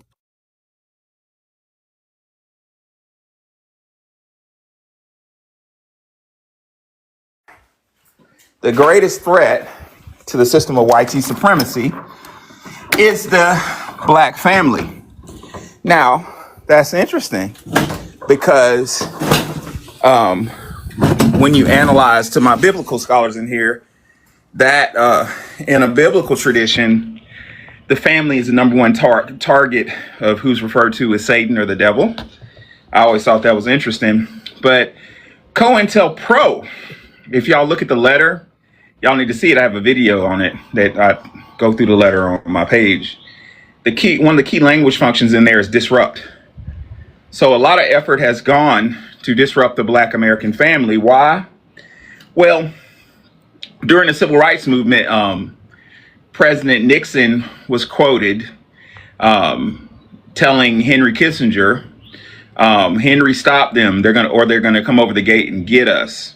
Them was the Black American family, without pew-pews, without weapons. We were a threat, and the government agencies had to figure out why were we a threat, and they found out that our superpower was being together. Therefore, the government went through leaps and bounds to come up with ways to separate the Black American family. On the female side, a lot of ops, such as Angela Davis, came into our neighborhood spreading rhetoric of feminism. Now, when you see ism, as anthropologist Wani Spots identifies, you're looking at not Nazi Germany, and you're looking at a small group of people, some of y'all know who I'm talking about, who seemingly want to disrupt the peace of the world, feminism was never about the Black woman. The issue was confused. This is an important topic because we've gained immense momentum in the delineation movement. This is the most important movement we've had since civil rights. Maybe surpass it, we'll see. But during civil rights, when we gained momentum and the train could not be stopped, what the system of white supremacy did was take the momentum of that heavy train that could not be stopped and diverted it into different directions. And one of those directions was feminism. The Black woman was infiltrated in towns like Birmingham, Alabama, my birth town, and told via Black women that were highly respected, like Angela Davis. The Davis family was highly respected in Birmingham. Birmingham had a social elite before any other city had it. Only a couple cities had a Black upper middle class. Birmingham was one, but that's a whole nother space. And Angela got her street cred by getting arrested with the Black Panthers. People forget about that. So that gave her credibility with the lower echelon of Black society in Birmingham. And once Angela got her street cred and took pictures, throwing up a black fist with an afro, and by the way, she got off for kidnapping and just egregious crimes. How do you get off from that? You know what I'm saying? Without serving any time. That's a question mark. Angela flipped the script and started telling Black women, some of which were in my family, that the problem is not with the system of white supremacy, it's with the Black man. And what does that do? That lowers our numbers. So in conclusion, before I ramble on, we're dealing with COINTELPRO operations that has dramatically affected almost everybody on this panel. If you're a millennial, it's affected your ability to have a successful Black family. Black men has been turned into a boogeyman. All of what I just said is reinforced through art. The Color Purple did a meta-narrative framing. Meta means real small. Framing is like framing of the picture. The Color Purple meta-narratively framed dark-skinned black men as some type of villain that grape and have some tyrannical control that we have never had. Can anybody on this panel tell me of a dark-skinned male in your family that ran his house like a tyrant and had money and land? It don't exist. Tyler Perry's movies further supported that narrative. This is all WAR fare designed to destroy our family structure. That mantra is reinforced by certain, and I have nothing against anybody's lifestyle. I love everybody. I judge people on an individual basis, but we have to be honest. That narrative is reinforced by certain non-reproductive sexual lifestyles. You know, we're dealing with a massive attack that's disguised as liberty. When I mean, I don't know if I can say it. The A word that ends with abortion is designed as meta-narratively framed as some type of right and liberty. It is a right. I do respect women's rights, but all of this stuff combined together is a very precise weapon against the Black American family, and it's our job to find out how to counter it the best of our ability. All right. Alrighty then. Last thing I wanted to say is red pill. From my view, that red pill, I'm a gentleman that's really never had a problem with women. Never, especially when I was a couple years younger, but I still don't have problem, But from what I've seen with red pill is the dudes, I'd say 100%, but let's say a large percentage of the gentlemen that get involved with red pill just are not found attractive to women for some reason, and that turns into anger. When I was a professor in Tennessee at a historical Black college, our psychology department, I wasn't in the psychology department, but I was friends with the head of the psychology department. They did a study on this, and they found out that a lot of men in Memphis, which was mostly Black, but it was white tea was in the study as well, turned to the red pill attitude because they weren't having sex. They were not granted sexual access. And what the college found out through empirical data was in Western Tennessee, only a small percentage, I think it was like 10% of men were having sex with 90% of the women, i.e., women were all sharing the same dude. Well, why was that? Well, only certain dudes had the confidence to attract women, the confidence in themselves. And you had a large swath of dudes who didn't know how to talk to women. The internet had made them socially awkward. And corn, this is deep, but corn reinforced their social awkwardness. And what the study also showed is when these men, if you can call them that, actually got in bed, got sexual access with women, they didn't know what to do. They were goofy as I don't know what I can say on here. They were goofy as F-U-C-K, you know what I'm saying? So red pill, it may be an op, I don't know, but from my assessment, it's just full of goofy dudes that don't know how to talk to women, don't know how to feel comfortable around women. I'm more comfortable around women than I am around dudes. So it's not me, but you know what I'm saying? It could be part of the operation, but the key word is disrupt. Keyword is disrupt. Can I just say this? The chat is going up. They're having all their back and forth. Some of the comments I am agreeing with. Some I just want to make this reminder. I don't like to see that, all Black men don't like us, or Black women don't like Black men. When we get married, we marry each other the most. Let me give you the stats that hasn't changed since 2017, right? And I haven't checked them in 2026, but the last time I checked them, Black men will marry outside the race, white tea women at 11%, and Hispanics even less at 4%. And that has remained consistent since 2017 to, I'm going to give it to 2024. Y'all could go look this up for yourself. Black demographics come to mind when we say that, that stat there. So please, y'all, we marry each other the most. We have common law marriage, right? And I want to remind you, just because a parent is absent, there's some absent Black mothers too, doesn't mean they're not involved. Well, supposed absent. Just because they're not in the home with somebody does not mean the child does not have the love of two black parents. So when you bring up black women chose the government, a professor just touched on the importance of black families. Do you know they targeted our men first, deindustrialized a lot of their labor? We owned oil mines. Black men owned oil mines. Do they own them now? They destabilized our men, and we went to the government. It was, do we call that a psyops, Professor? We were targeted. And I don't know how we could fault black women for trying to feed their family, but somehow it's a talking point. But we leave out how the black men were targeted, and it becomes a talking point that further destroys our fabric. Stop doing it. It's so, BX, I agree with you a hundredfold, and it's so sophisticated. This is designed from the top down. It's so sophisticated that even me, I have a, I don't brag on degrees. I hate bringing them up, but I have a master's degree in educational psychology. Even me that know a thing or two about psychology, I can't really explain it like I would like to. But the best way I know how to explain it is in the 60s, after Nixon did that that assessment with the 3-letter agencies, they figured out, man, let me tell y'all how deep this is. They reached out to University of Chicago, allegedly. That name keeps coming up, Afro.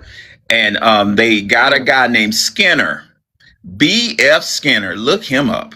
PhD, one of the most dangerous white men that ever lived, to try to figure out how to disrupt the black family. How did he do it? Well, black men and women are a part of nature. B.F. Skinner studied nature. He studied rats. These people have an obsession with mice and rats, these agencies. Well, B.F. Skinner found that mice have a very rats rather, have a very tight-knit family unit, kind of like black Americans. And rats, have a requirement. Do y'all know that the female mouse will look over the male mouse to make sure he's confident and healthy? That sounds like a sister to me. I need somebody who's healthy and confident, not an incel that's all weak and shy and crazy. But once she finds that out, she will wait on him to build a nest for her, somewhere nice, a really nice nest. Then she will give him sexual access to have pups or whatever. I forgot what you call rats, but to have babies. So Skinner said, the way we can disrupt the family is to disrupt that ability to provide a home. So our black men's jobs were attacked. They would give. Now, sisters, let me say something. They didn't give you anything. Y'all earned everything. Y'all are brilliant and you work hard to own it. But while they're making you hard to own these positions in medicine, in law, in education, higher ed, accounting, they will deny it to us. I've seen this happen my whole career to brothers that was the smartest brothers I've ever seen in my life, rock star brothers who got waitlisted at medical school. I've seen it in law school. I've seen it happen. I was in law school with a black guy, smarter than me, who wore a hat backwards the first day of our torts class, and he got expelled from law school. He got targeted because they said, "Oh, he's masculine." Well, no, we can't have strong black men here. They didn't say that, but that's what it was. He ended up finishing in a black law school. But my point is, once after Skinner's study, once they damn near destroyed the black male's ability, like BX said, they got rid of the factories because a lot of men of all races want masculine jobs. Men typically go to engineering. We're blocked out of that by tethers, but construction stuff that's, like of a man. They took that ability away from us and made it really hard for us to get into it by bringing immigrants in. So now the man can't, like the rat, can't build the home that the woman wants. While that was happening silently on the news media, who's controlled by who, they start spreading a narrative of I am every woman, you can do anything, and silently start ushering in that message through the sound waves, through the television of like when I was a kid. What was that song? I don't want no scrubs. Like, okay, black men ain't nothing but a scrub. What was the other one that our dear sister Beyonce had with Destiny's Child? I know Irreplaceable. Can you pay my bills? Can you pay my bills? Yeah. All this is yep. It's all. This is a very well-oiled machine. I learned something very important in law school that I can't stress enough. When we think of perfection, we think of something good, like God's design. God's design is perfection. But do y'all know, ladies and gentlemen, that something can be perfectly evil? This system is perfectly evil. It's perfected. It's so you deny the opportunity. You allow black women to work their butt off to get it. Why? Because when they get to their position of power, they know I earned this, which you did, sisters. Y'all are brilliant, but they deny the black male that ability. So without advertising that, then you reinforce it with, can you pay my bills? Can you pay my automobiles? Well, no, I can't, because I can't get a job like you. So now black men are labeled as sorry as hell. A narrative is spun that you can just get any type of man, which is not true, because people don't really marry outside their race like that. But what I want y'all to understand is that is warfare. That's what it is. And the objective is to lower the population, lower the healthy black marriages, lower the birth rate of black American children. And by the time our dear sisters figure it out, like, that's why we're on here spewing it. But I'm a millennial. I have so many millennial sisters, beautiful girls, women that I went to law school with, that went to medical school, that are CEOs, and they get to, almost in their 40s, and you figure it out, and now, the world looks at you differently. You know what I'm saying? So this is not your fault, sisters. This is not your fault, brothers. We need to acknowledge that this is a system of psychological warfare that was perfected against us. I know that Eagle has to go, but there's a comment that asks if we're going to talk about the shrugs and hip hop gangster rap. I want to say this. Hip hop started in the way that we know it, the way it was birthed in New York, right? The way we know where the elements came from. It was to talk about our oppressive systems here, and you could look at Melly Mel's Don't Push Me Because I'm Close to the Edge. But by the time it got to where I think Schoolie D created, and he's from Philly, gangster rap, right? That became weaponized, and the industry would say, if you don't rap about this or that, you really won't get a contract. And that's what pushed out conscious rap. So I used to do a lot of conscious rap, and I said I got to kick a Sweet 16, but as I'm trying to talk like I'm a gangster, I realized that's not my flow.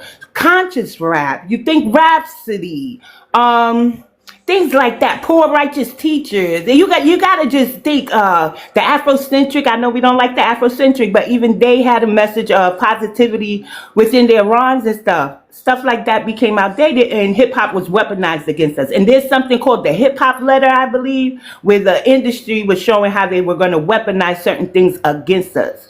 And when they say we don't have ownership of hip hop, that's why the people with the money came in, the capital or whatever, and weaponized certain things against us. As far as the smugs, we understand what happened with Reagan in the 80s, and the height of the more immigrants that came in, the more access to other smugs that we had that was pushed into our community. So what I'm trying to get at to my people is we fell victim to certain things, but everything against black people, black families is systemic. We're targeted. And Yes, ma'am. And if I could quickly add to that, one of our most brilliant brothers, and I call him a scholar. He has a master's degree, or he at least was working on a master's degree at a hard school at University of Maryland, is David Banner. Y'all didn't know that, did you?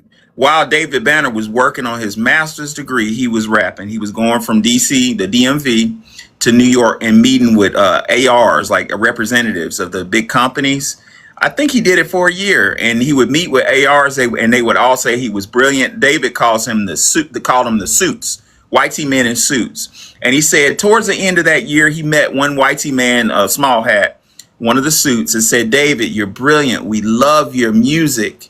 And the AR told him, he's like, "Look, David was rapping about God. Did y'all know that? He was rapping about God and positivity." He said a Uish A&R told him, and y'all can find this interview on YouTube, hopefully, if it's still there. He said a Uish A&R told him, I have an order from the top that you shall not sign any positive rap. And David said he went back. I think he was homeless in grad school. Can you imagine that? He living in a van. He said he went and wrote Like a Pimp. And overnight, he went from being homeless to having $1 million for talking about debauchery in his neighborhood. That is warfare, is what that is. Wow. Okay, Afro, you seem preoccupied. Yeah, I just finished wrapping something else up. I had something else to do. No So problem. yeah, I just Eagle finished wrapping it Patrick. up. Y'all know I run two different YouTube channels, right? I'm a very busy man, so. But I was listening though. I was listening to the conversation. Eagles and DJ haven't given their submissions yet. And Debbie just joined the panel. Eagle, go ahead. I'm not going to take too long. I just want to go just a Oh, little you bit got to across the speak up, board. brother. You got to speak up. I just want to say I don't have too much to say, but I just want to say this. You know, a lot of our black women going to school now, and you know some households they make more money than the men. So I seen a couple of women on this panel that make more money than their husband, and she was saying that, oh, I make more money than my husband, and you know, I think I just want to leave him because he's not making enough money. So they asked her like, well, what is your husband doing? Isn't he fixing things around the house? Isn't he taking the garbage out? He's still playing a main role. But you know, some of our women, you know, they need to give us guys a break. You know, because I had my son when I was young. His mom didn't want me to see him. You know, I try to keep the family, but she had other ideas. So I got she had got another boyfriend, but you know he was a cool dude. Can you just right there? Okay, thank you, brother. Thank you. The audio's kind of just is. Thank you, brother. We got what you were saying, but the audio was just really not there. All right. I wanted to ask, like, as a man, I know we're not supposed to have excuses, but I know we're leaning towards the time of being more open emotionally about our feelings, but I do feel like we need to still hang on to that, like us running quickly to find an excuse for everything. I mean, that's what makes us men. We find ways to get out of certain situations by using our brain power and other things. Let me add this, right? Let me add this. I was raised and my dad was very strict.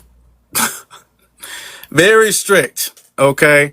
Some might even say he, you know, was maybe a little mean at times, right? You can ask my siblings about that. And I learned a lot of like emotional regulation from him, so I will give him that. Although I think he was way colder than I am. He's cold. He's still cold now. But I'm gonna be very honest. You know, with the whole thing of men and being emotionally vulnerable and all of that. Brothers, we're not women. All that being open and emotionally vulnerable and stuff is that just don't like facts. Like we're just not. We're not women, man. All that I want to be open and I want to open up and all that stuff. We're not women and we're not children. That works for women and children. It don't work for men. And maybe that's not right. Maybe that's not right. We can make that argument. But that is the way the world works. And it's better, whether you agree or disagree, to know the world works that way so you can properly navigate it instead of acting like it doesn't. You know? Right. A man... Yeah, a man, I'm gonna be honest, you will be very much so on the line, and you are not nearly given as much grace when it comes to emotional outbursts at all, ever. You're not nearly given as much grace when it comes to emotional breakdowns, when it comes to emotional anything. You are not, and men have never been. All right. If grace is given, especially black men, please. If grace is given at all. And I had to learn that from a young age, which is why you don't see me getting really emotionally flustered pretty much. You know, because that's just what it is. And some people will say, well, that's not, men should be able to be in tune with their feminine side and things like that. And I don't think that men should be heartless. Let me be clear. We shouldn't be heartless. You know what I'm saying? But that doesn't, like, we got to understand, we got to be able to bring it back. You know, let's roll that back. We dipping, we got too much, we all over too much into the pink feminine side and all that stuff. We gotta go back old school a little bit. We gotta go back that way. Some people might call it toxic, but let's just be real.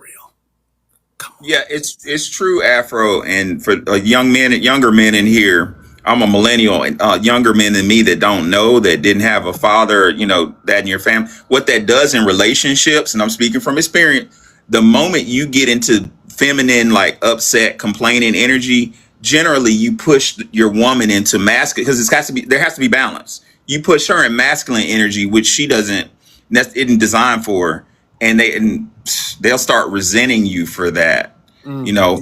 But the last thing I wanted to say on this topic, the brother before me reminded me of this. As a professor, I worked on and y'all can look this up. It was called a grant called Black Girls Code. Back to that system that's designed to destroy us. Black Girls Code is all across the country, and it teaches black little girls 8 to 18, I think, how to program computers, engineering, right? That's fine.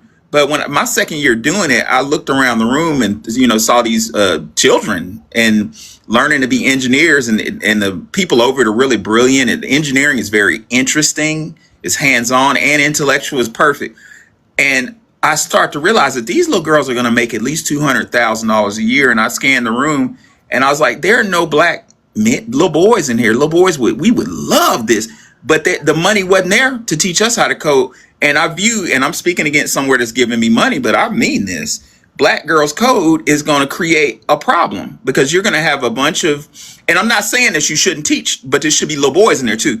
You're going to have a bunch of young black American women that are engineers, computer scientists, making $200,000. Let's say they fall in love with a brother that makes $40,000. That's going to create a problem in the household. It's going to create resentment by design. Why can't you do what I'm doing? Why can't you make $200,000 like I'm doing? Which, sisters, is a valid argument. And the brother's going to be thinking, well, I mean, I'm doing the best I can, but like Afro said, nobody wants to hear that. But I just wanted to point out that it's by design. And we, brothers and sisters, end up arguing in the household when it's neither one of our fault. It was a company, a corporation that gave our sisters, meta-narratively groomed them to be in engineering and computer science, and at the same time excluded young black boys from it. You know what I'm saying? It's so deep. It's such an intricate system. It is.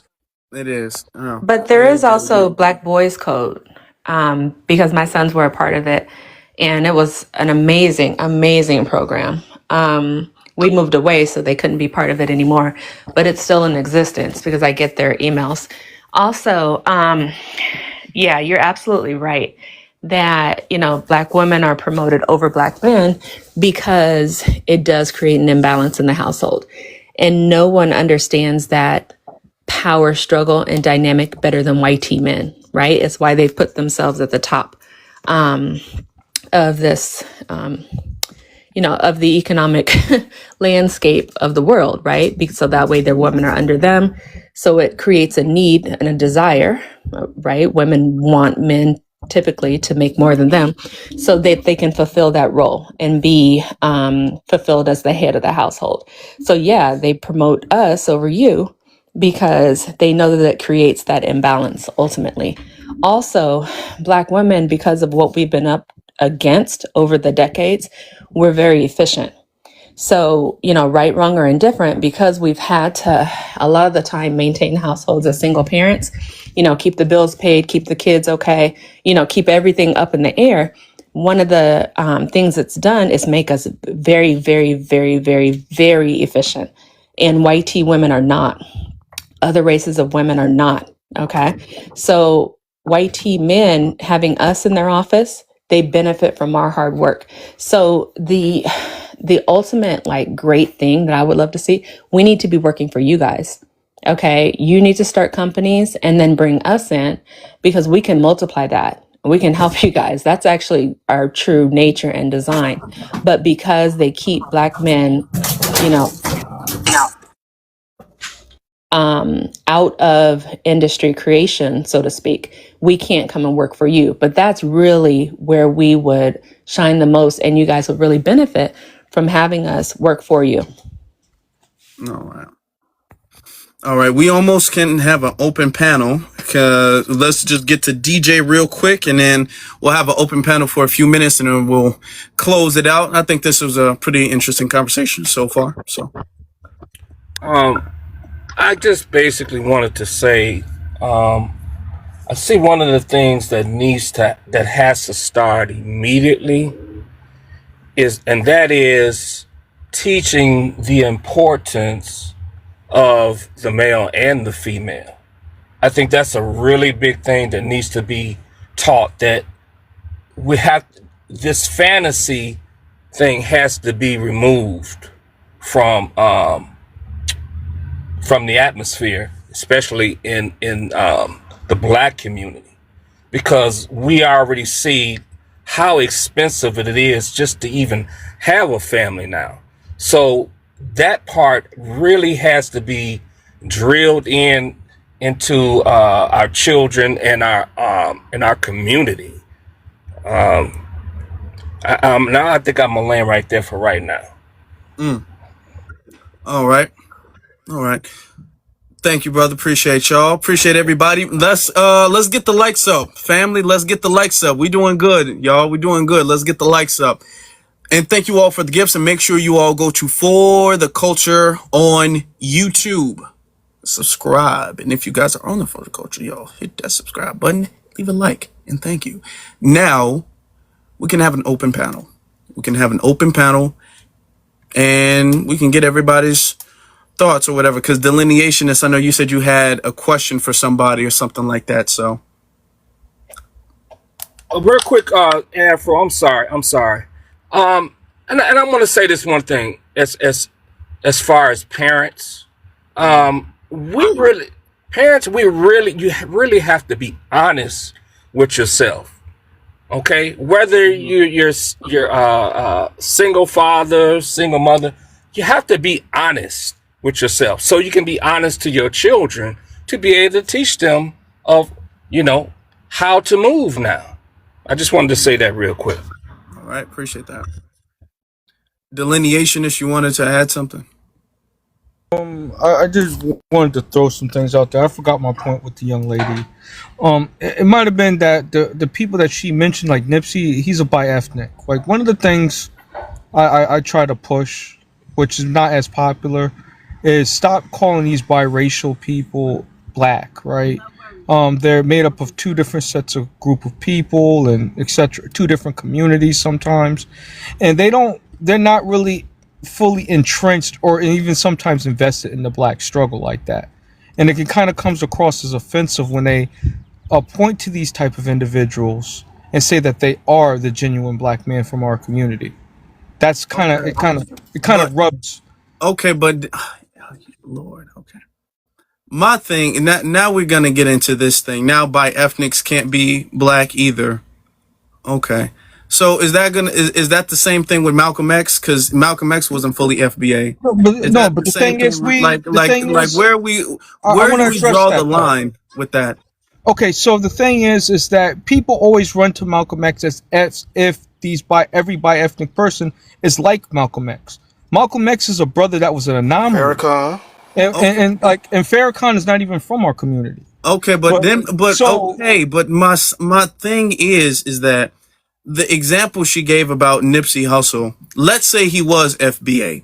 Would that change your opinion on her example, on her usage of him?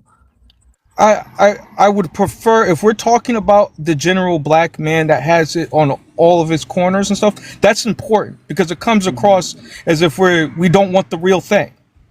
And that's just my take on the situation. But I didn't want to get too far into that because I really want to address more onto the topic. That was kind of the reason why I just kind of ignored it. So, like, one of the things that we have to learn is that, from what I observe, is that we can't depend on the educational system to teach us about us. The things that I've learned about black culture and stuff like that stem from at home from my mother and my father. Facts. And that's a major issue. We're dependent on these colleges. We're dependent on these institutions, and they have not been serving us correctly.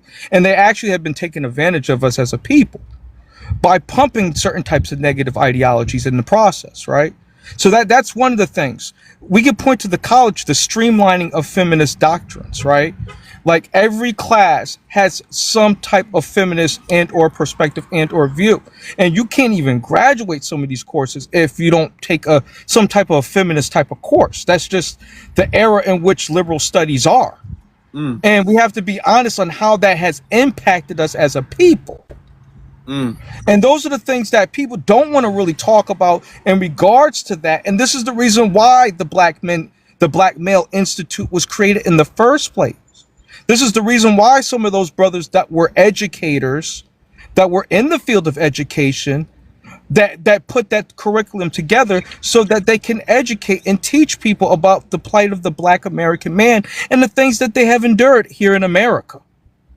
Yeah. They don't teach that.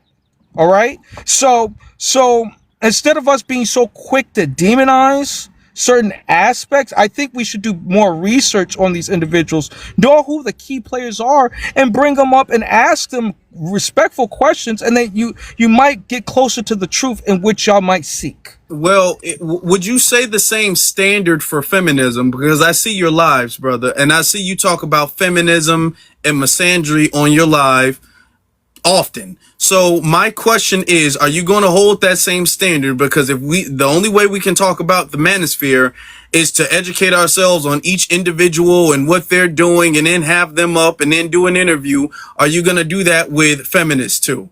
Are you going to sit up there and be all like, I can't talk about feminism until I bring up all of the scholars of feminism and bring up all of them to have an honest interview and a conversation? Or are you just going to make a platform where you're speaking on their talking points? Because what I'm seeing is that you're trying to bestow an abundant amount of grace towards the manosphere and all of that, and try to give them an out, and saying that we're being too harsh or judgmental, when if the shoe was on the other foot, if we weren't talking about them, you wouldn't say we're being too harsh or judgmental. When we're talking about feminism, when we talk about feminism, you don't say we're being too harsh or judgmental. That's a great observation. Afro, I agree with you on that. This gentleman Professor, sounds, I would like to hold on, I'm talking, sir. No, dude, no, it's my turn. I'm talking right now. You can wait, brother. No, you I'm going to say that you sound very red pill. I don't care what his point is. He can wait. I don't need him to piggyback. No. You are red pill, sir, and you are poison to my you don't know what I am because you never engaged with me. I'm judging you based off of your merit, sir, and given the ideology. Can I respond? Hear his point. You going to colorism? Like, stop it, brother. Hold on. This dude, he step on my turn. He's talking to me. Respect that. Sir, college weirdo. Hold on. I'm not a weirdo. We are having, hold on, because there's only one mic. We got to remember, people on the playback can't understand who's talking. All right. Oh, go ahead. You know, both y'all skin tones ain't too far off. So all of that light skin, dark, I don't know where that came into play. I just want to get to my response to the point that you're saying. So I'm gonna let you respond, brother. I'm gonna let you respond. But let's hear what he has to say to add to that. I don't care what he has to say because you're directing. What I'm gonna say, sir. What I'm gonna say, sir, is based off your merit. I don't know who you are. I don't care who you are. I think then you can't speak on a man if you don't know who the man is. Hold on. Sir, you're like one of these feminist professors in the classroom. You're actually sound like one of them. Sir, your talking points sound just like the study that I helped out with at my college that showed emotional men that have anger and red pill HAT for women don't have sex. So, sir, you sounding like you ain't getting none is what this is. That's not true. And that's that weird. That's what it sounds like to moving me. like a misandrous woman. You just moving, taking women talking points like you're Sir, you sound like an That's weird. incel.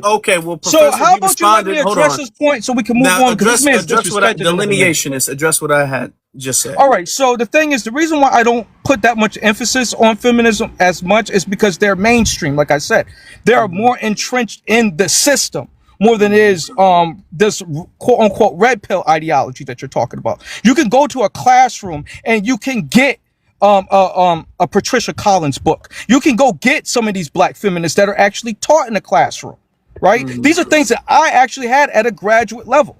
So like, it's weird to me that this man is going to sit here and lecture me when I've actually been through these type of situations and seen it firsthand, and the problems that it could transpire as a result of that. There's no red pill quote unquote course or red pill quote unquote book that you're getting on a collegiate level. So therefore, the impact of it is not as severe that you're projecting it to be. And that's the reality, unfortunately. Well, So here's the thing. It doesn't necessarily have to be on a collegiate level. I'm just talking about the talking points in general.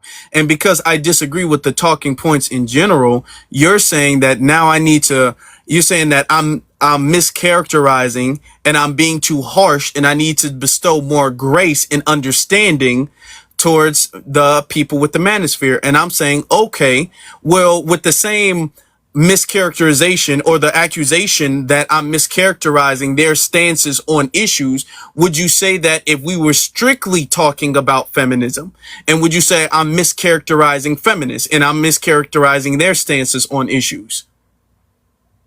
the thing is, Brother Afro, is that the feminists, from what I observe, they don't have per se institutions like that is empowering per se black families and black women as in a collective type of thing. It's more like a self-centered type of situation. And an example of that would be like the alpha, what they call them chicks, the Kamala Harris sorority girls, where they opened up a bank which only catered to them. They didn't want to even look out for their own frat brothers. That's the effects of feminism from an institutional and type of situation here. Okay. That I'm And I so disagree that's the with point that. that I'm talking about. But that's the points that I'm talking about. But the black men that are in the frats, I'm not a part of them. But they never opened up a bank and said, we just want to make it exclusively for the frats. That's not going to roll. And that's the things that I'm pointing out here. And that's why I said that Sorry, may Afro. not be This as man informed. don't Here we know go. what We he's got this talking man. about. Okay, hold on, You got no self-control over there, beta man.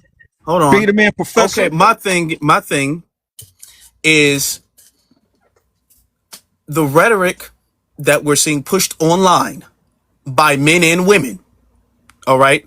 That is what I'm talking about. Now, when you move it and you give different qualifications as to which one is more damaging and which one is more severe based off of this institution or that institution, or trying to bestow brownie points or grace based off of this institution or that institution, that's a different thing. Okay, because you're saying, well, there are men who may believe, I'm not sure if they're even a part of the of the manosphere movement, but they believe in empowering men. There are a lot of brothers who believe in empowering other brothers who would not claim to be manosphere. Okay, so I'm talking about people online, men and women online, who push rhetoric, harmful rhetoric that is unhealthy for the relationship of black men and black women. That is what I'm talking about. And you're moving the goalpost to make the manosphere seem much more benevolent than honestly they are. That's Because just the your manosphere perspective. was But created to be a coping mechanism for what black women have when they have a, because black women, we have to admit, they have community, they support each other, and that was the main reason why the manosphere was created, because men wanted the same type of community environment where we can be able to express ourselves and come up with solutions to help each other. But it turned into some toxic masculinity, because you have a lot of incels and a lot of men who are lonely and don't get none, and they turn things toxic and bring it back towards it's the women's fault, and they don't want to let us have the same rights they want to be equal Exactly. to women, unfortunately, and we have to accept the double standard. You're a man, Nobody cares about your tears. Nobody care about you complaining.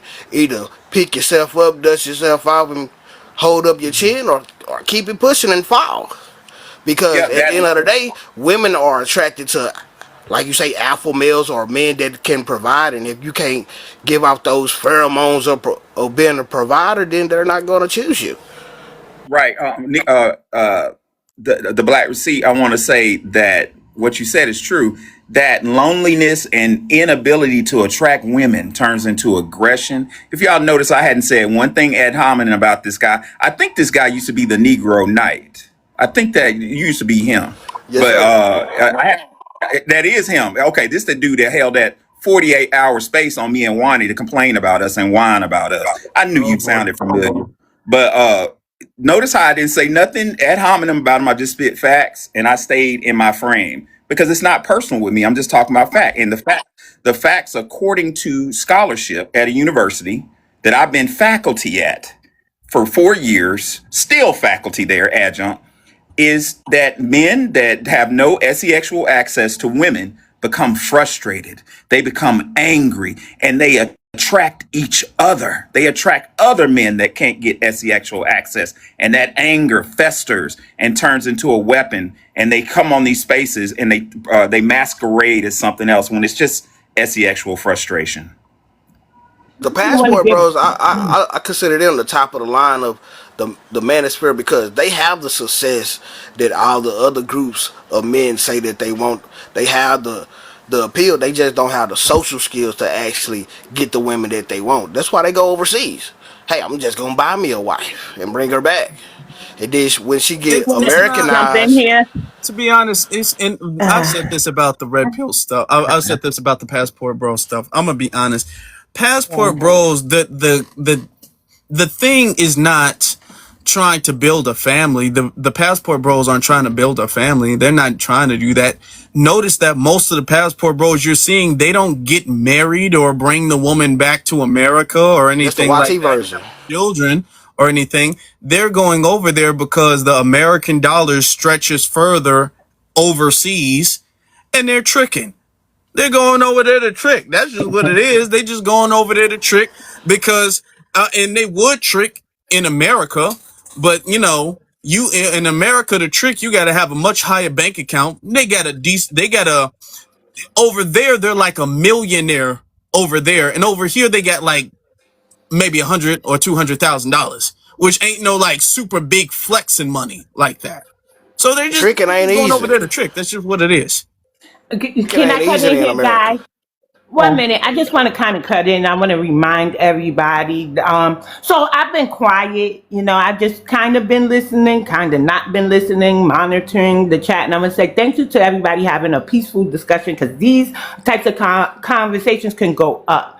Delineationists had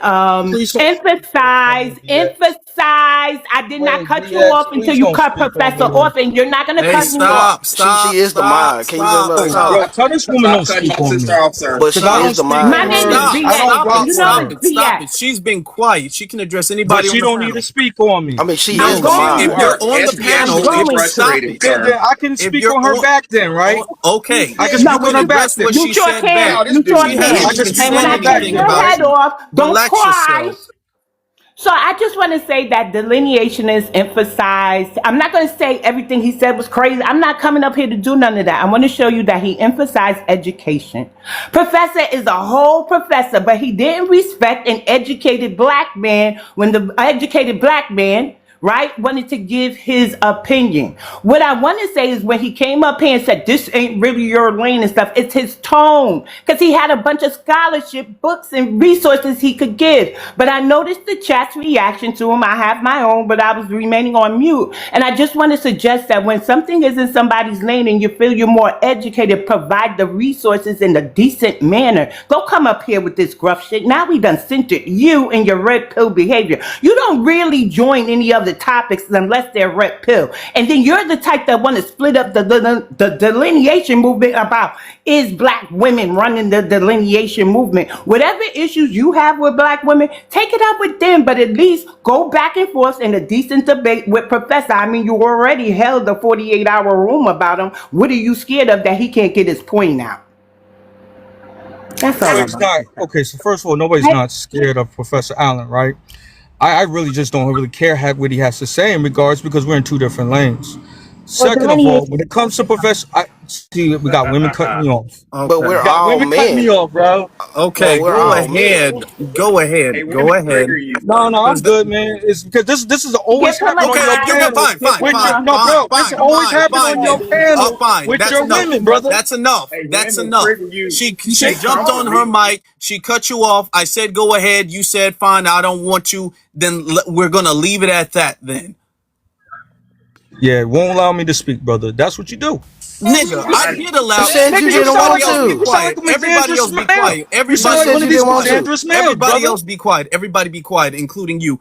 Nigga, I did allow you to speak. You the one, the second she said Brother, something, it's a woman cutting me off. And then hey, I don't, said, okay, no, stop. I stopped her to let you go ahead. And here you go fucking quitting. brother, because of the Brother, disrespect, because of brother. nothing. Stop it. No, you Okay? stop, No, bro. no. I was going to let her address, I was going to let you address her. Okay? Brother, And then it's she always jumped off the continually mic, on your jumped off. platform with your When look, now you're not letting me always with speak. your I'm the women that host. always No, talk. let him dude, talk. cut it out. That bitching and whining, cut that shit out. Nigga, Please. Shut your whole ass you up that for a sipping minute, that. nigga. That's what And the you fuck see, wrong with that's you, the nigga. go to And crashing out. stop cussing It's at her. like a It, time There to be goes a the hater. simping overuse of Nigga, you always simping. sipping. There goes the Always overuse. sipping at The you. If same he's way when not I was getting necessary, I dropped him. I He love my was. He's not educated. necessary for this conversation because he adds no value to it. All he adds is discourse. Come up and provide your sources. You have some resources. You was talking about education. Here goes Professor. And you couldn't even actually have a mini debate with him. You got all rattled because you know you're wrong. You know why he got rattled? Because the red pill topic hit a nerve, and the feminists hit a nerve because, maybe that's his deflection, is to say a woman is a feminist because they're not interested in him. He dominates the conversation. He doesn't allow conversation because someone just talking at you is not a conversation. No one else has had a chance to really speak. Whenever he gets started, it's like this dissertation of bull crap. I mean, no one wants to hear that. If you are sensitive, just say that. You have My to take a my class my on how to be a man. my thing Obviously, is that there's nothing wrong with brothers empowering and uplifting other brothers, helping other brothers out, all that stuff. Nobody has an issue with that. That's not what he does. That's not what he talks about. Okay? He has an issue, particularly he's trying to create this hierarchy when it comes to delineation. Okay, who gets to speak on delineation? Are women running a delineation movement trying to create this hierarchy in delineation? Okay, that's not what he does. It's not, we're not having a conversation about uplifting black men and uplifting black women. We're having a conversation to solve the conflict that is being put onto our community. All right, he's not doing that. Okay. And then when he starts losing the conversation, and it's not the first time, when he starts losing the conversation, he gets in this pouty ass mood and he's sitting up there nobody lets me speak. Oh, here we go again. Oh, this is what I'm talking about. Oh my God. I can't say, oh, that grinds my gears. That gets annoying because you sit up there and you spew and you spew and you spew and you spew. And then the next thing you know, the second somebody comes off their mic, oh my God, they're off their mic again. And I can't get a word. Like, shut the fuck up. Oh my God. Well, I have say we I done know. I love our that? Yeah, scholars like and our educated. Look, I love won't the be the TikTok B shop. word. I love Everybody, I love the TikTok shop. TikTok shop. I love the TikTok Yeah, shop. like we say, Everybody, come won't on. be the B. Like who gonna be the girl? Who gonna be the boy? Which one of us There it gonna be the is. girl? There it That's is. why I say I love our scholars and our intellectual people, but those who make these type of ideologies are people who don't have social skills. They ideal of relationships they get them from a book instead of actual real world experiences. So of course they gonna come from these type of points of view, because they look at what they read and how they look at life is because the opposite sex is hindering them from being successful, instead of them coming together as a group and making it success. So it's part of these individuals' ideology to Yeah. blame the other side. So Let's let get to the. me, one Let's minute, hold on. one Let's get minute. to. There's a couple HD is people who being haven't very spoken yet. disrespectful. Please bring his drunk ass up. Who? HD Live, yeah, bring that Heather. Who? HD Live. HD Live. And I follow you too, brother. And I wasn't even talking to you. I was talking to this clown No, he I was delineation. didn't. being I don't even see disrespectful to HD me, Live. Where's calling me HD Live? Keisha. HD Live request up, but we'll get to Omega. Let's get to Omega. Peace to the panel. B1. One Omega. Right first, brother. B1. Yeah, man. Making healthy black relationships. I think you just saw like a clear illustration of what some of the bigger issues that we encounter are. Like, you have these red pill guys portraying themselves to be something other than that. And when you listen to them talk, it's all incel talk. Like, one mark of the incel, they have very, very poor emotional intelligence. The minute you say something, they break down. That right there is something that's very unattractive to a woman. Women don't like that shit. Like, nobody is going to expect you to lead their household and you can't even engage in a 5-minute conversation. Straight up and down, like, and I know you had a compensatory code, from Neely Fuller, and, Brother Fuller defines man as manager, meaning somebody that's in a position to wield authority over whatever it is that they survey, When you get this type of person, you aren't going to get a manager. What you're going to get is something that's self-destructive, that's going to be, to an extent, detrimental to what you're trying to build, which in terms of black families. He can't lead a family. He's not going, just imagine this guy, like, raising a son, because my son lives with me, I would never teach him to not be able to speak with another man and engage in an interaction where he speaks, you speaks. And if somebody interrupts, they interrupt. You can get quiet for a second, but you don't go to fucking pieces. You stand on your 10 and you come back and you state your point. You always stand on your point, but you don't get flustered by little bitty, interactions from other people, regardless if you agree or disagree. Now, in terms of women, I don't really like to do the whole gender war thing, but as a group, like, there are sisters that need to, and we see it. I see ZZ do it all the time. I see BX check people all the time. And that needs to continue. The women check the women, the men check the men, just like Professor Alon just checked that brother that was up. That's how we build better relationships, because you can't have better relationships without better men, better women putting together for a common goal. Got to have an agenda. And if that agenda is to create empowerment for a family, you'll have that, but it ain't going to come with weak men and weak women. That's my 2 cents, man. B1. Thank you. B1, bro. And this is not our first time dealing with this situation, in particular with delineationists. This is not our first time. I remember the first time we did that, there was posts he've made. We've had to come up and I've told him about the gender thing. I've seen his lives, so I already know what he's talking about. Okay.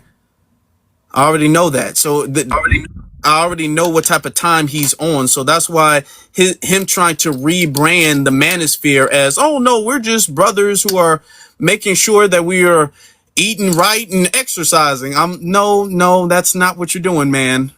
No, I wouldn't have an issue if that was, but that's not what you're doing.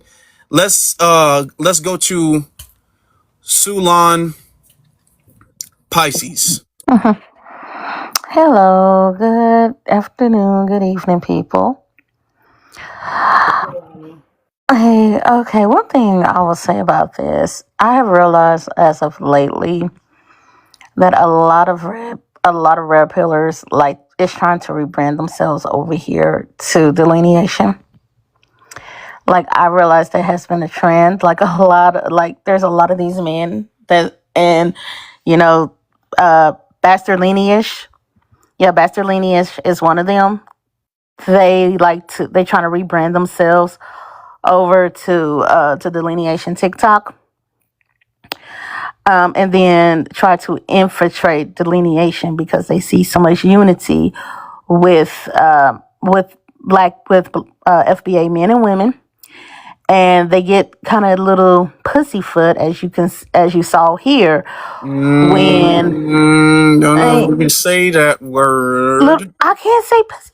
Okay, they get little oozy foot, little dang it. Damn, you just got a strike. Oh shit. Yeah, because of bastard lineage. Damn, that was quick as hell. Well, I'm sorry. Woo. Yeah, Afro, I wanted to Did say not something. say that. Oh my god. Something important. Another thing that delineation is Negro Knight guy. That was his name on Twitter, allegedly. He's flexing his degrees. I got 6 letters behind my name, and I got 2 different professional licenses. Do y'all know what they are? No, because I don't flex them.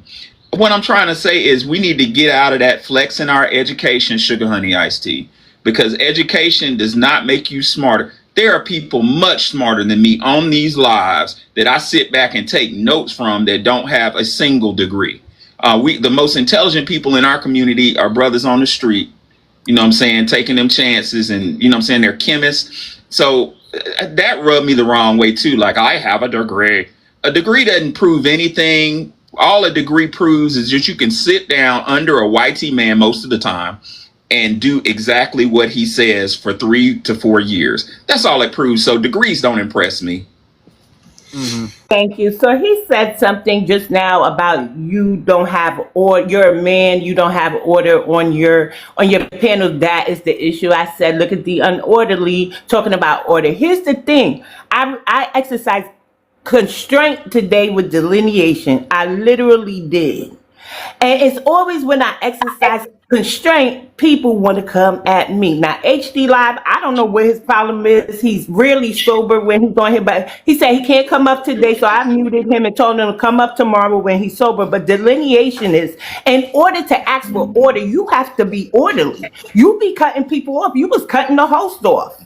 Yeah. Right? And then you emphasize education, and then when somebody who you know has just as many, if not more degrees than you came up, you wouldn't exercise order or constraint. Please That's practice true. what All you of that, preach. he does that often. Anytime somebody says something about him, he uses his degrees as a shield. I got more degrees. And remember the last time Sage was up there, how many of y'all got a master's? Does anybody else on it? Nobody else on this panel has a master's degree.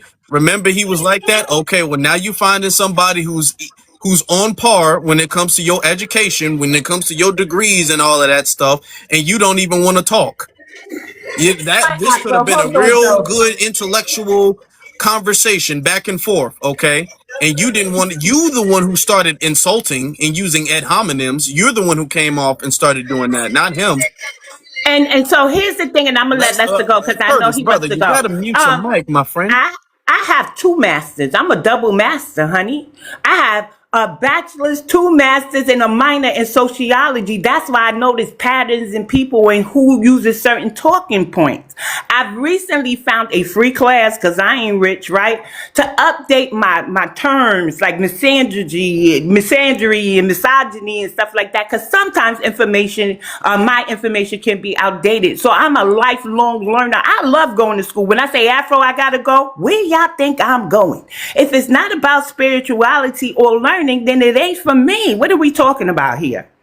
So I'm like, Professor, I don't need to flex my degrees because you can't rebuttal any point I say. And I give you Harvard, National Library of Medicine, Oxford Press, Like I give a cite sources and stuff. It's a way to present your information. Afro has a lot of order on his panel. Can I come off my mic? Yes. But did I do that to you today? No. I exercise constraint because this is your topic. These are the topics you love because you get to spew anti-Black American woman sentiments.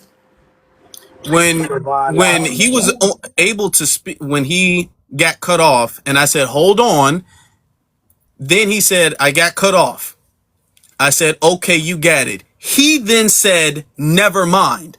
I said, "Fine. If it's a never mind for you, then we're going to move on." And then he started getting upset, and then he started going back and forth with me, which is what caused me to drop him. Okay? He's the one who said, "I don't want to go." And we'll run it back into playback. We'll run it back.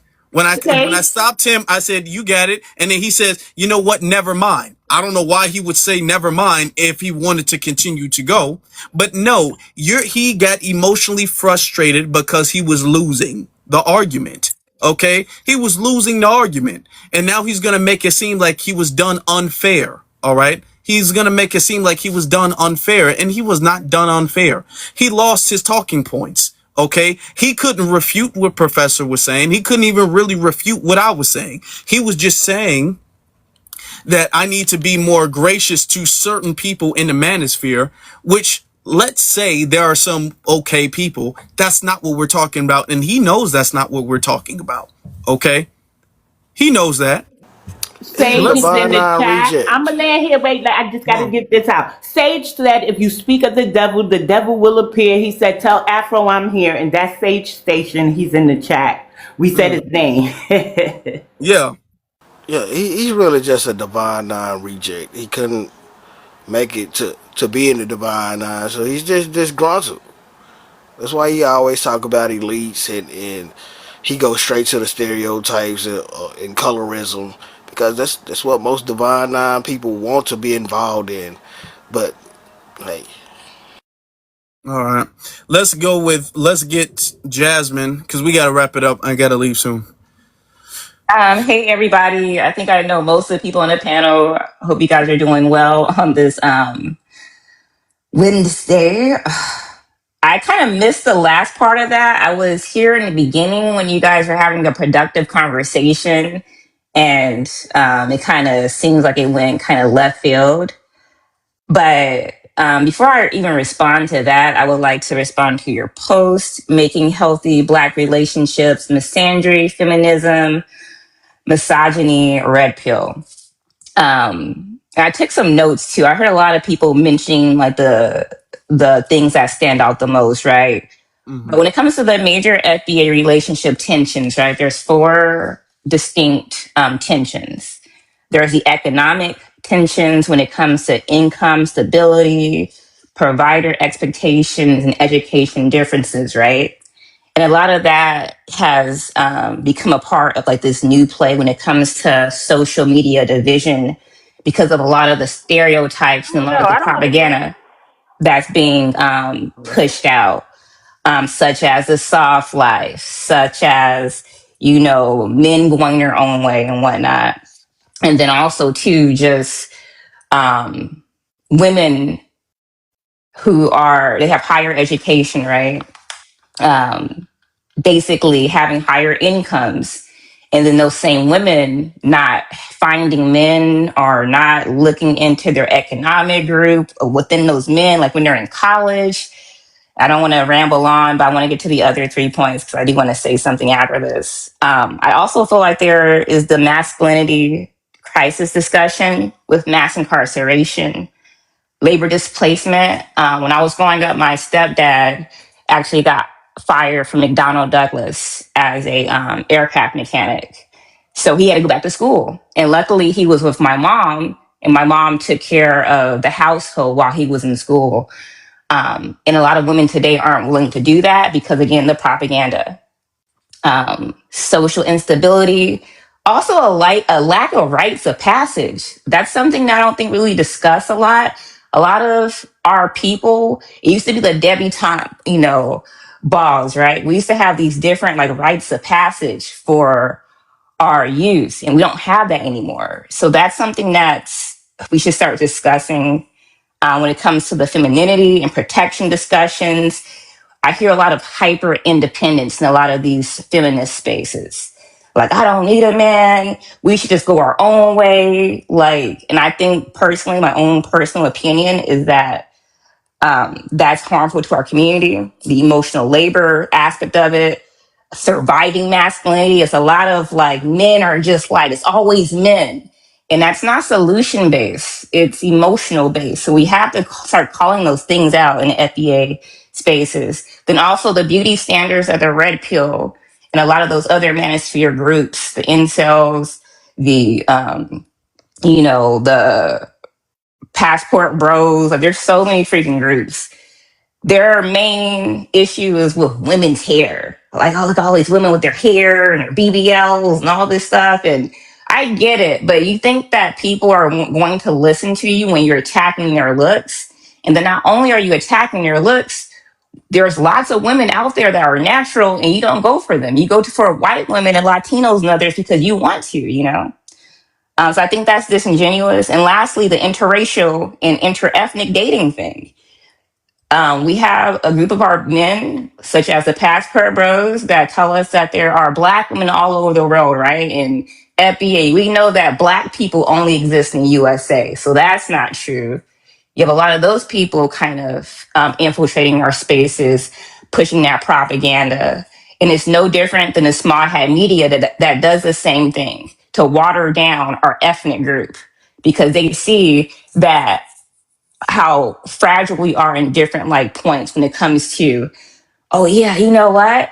Instead of me fixing myself, I'm gonna go somewhere else because it can't clearly be me. It's not me. And I think that's what you guys were saying about delineationalists earlier. And I've only known him for the past couple of days. So I'm starting to learn a lot about what people are saying about the talking points. And lastly, again, the cultural loyalty, the lineage concerns, the demographic anxiety that we have right now. Right now is not a time where we should be going somewhere else to find out who we are here. This is the time for us to be solution based, to uplift each other. And I think a lot of these people that come from different groups, whether they're LGBTQ, whether they're a woman or a man, I think what's scaring people is that FBA is like, no, we're all the same. We're not going to focus anyone else over the other. I personally don't see a difference between the LGBTQs of our community doing the feminist stuff or the man stuff. It's the same thing. You are not bigger than the program. It's all of us that we should be talking about, period. So anyways, I land there. All right, all right. Yeah, we're gonna be wrapping this up in a little bit. Professor looks like he wants to present. Yeah, but yeah, I see you wanna show up. You wanna show something on the screen. So delineationists, take out a pen and paper and watch how it's done. Back to these red pill dudes. This is Maslow's hierarchy of needs, ladies and gentlemen. And I'm gonna break it down right quick. This is a science of psychology of what every human being needs. Now notice I did not say want.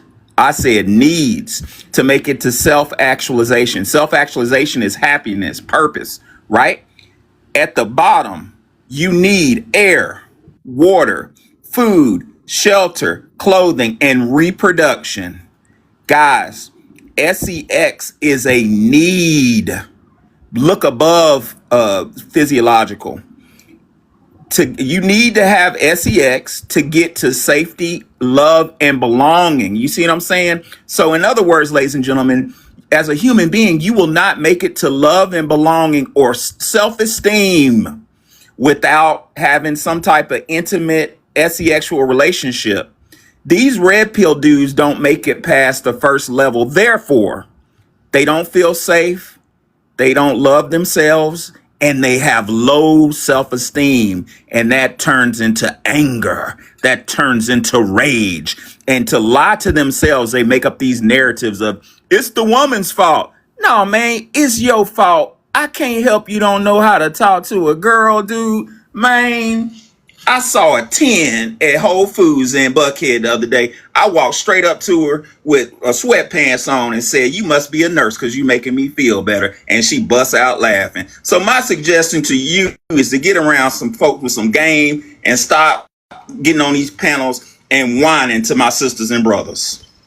If you ain't got no game, you can let me join. also add, and I talked to y'all about the strict father I had, honestly.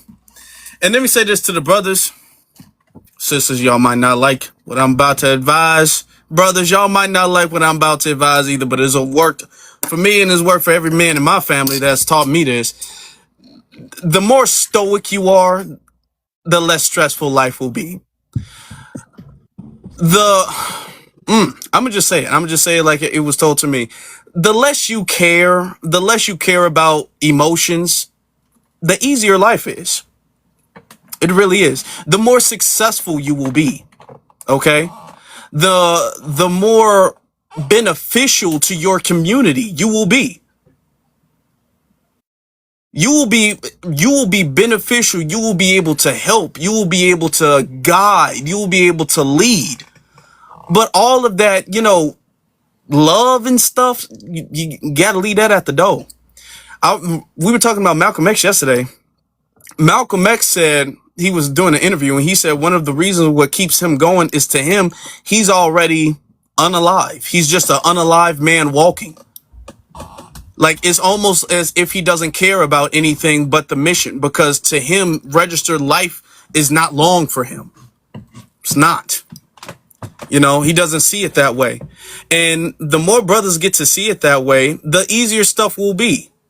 Okay? The easier stuff will be. Men don't need love, honestly. I don't think. Honestly, I don't think a grown man needs that. It's great. It's nice. It's wonderful. But it's not a necessity. And when you start looking at it like that, then you will be able to, if you start looking at it like that, you'll be able to understand and appreciate it more. You'll be able to appreciate that more, okay? What you really want is not even love. What you want is respect. What you want is admiration. You don't really want love, because what you define love as is admiration and respect. Okay, I think the problem is the fact that we're using the same words and we're meaning very different things each time we use it. One person might use love in one context and another person might use love in another context. Men might mean a completely different thing when they say love than when women use the word love. They might mean a completely different thing. And this is why people cannot get along, because they're using the same words but are meaning completely different things. And the more we understand what we really want and what we don't want or don't need, the clearer things will be. And the easier things will be moving forward. All right? The less stressful things will be moving forward. Okay? But so some people did not agree with that. I said I knew people was not going to agree with that. I knew people was not going to agree, but that's what was taught to me and it's worked. And I don't know a single brother who was taught that and it don't work. Or you can go with my new option, Cougar Academy. I don't really agree with cougars. Meaning, yeah, it's like some women will be like, I don't care, I'm gonna be on somebody's son. That stuff just sounds cringy to me. If y'all like cougars, that's fine. I mean, a reasonable age difference is fine, right? You may not always meet somebody in your exact age group, but when you make it the focus of your life that you gotta get somebody young, that sounds a little predatory to me. I don't mean like Cougar Academy No, I know. or having like I a just true felt I had to. relationship. But for the ladies who want to be like Stella and get her groove back, instead of going to Jamaica or Africa, know what I'm saying? Get you a little Tyrone down the street. Know what I'm saying? I don't know, because Tyrone though, the Tyrone down the street. No, let me tell you something. Cameron and Mace. I'm not gonna mute up, please, because you have. Thank you. So there's a post by Cameron and Mace because of Cardi B, who's a whole Caribbean, right? Just a Latina kind. I think she was yelling and screaming at Stefan Diggs and Mason Cameron was like, that's why I don't date women from New York. So I usually don't feed into stuff like that. And I said, you know what? Be a good and black American women. Do not date these New York men for the simple fact when the means come up, hide your tax returns. Women, it's about to be winter. They're going to look for a place to live. I said that started in New York. Send them to the single shelter, ladies.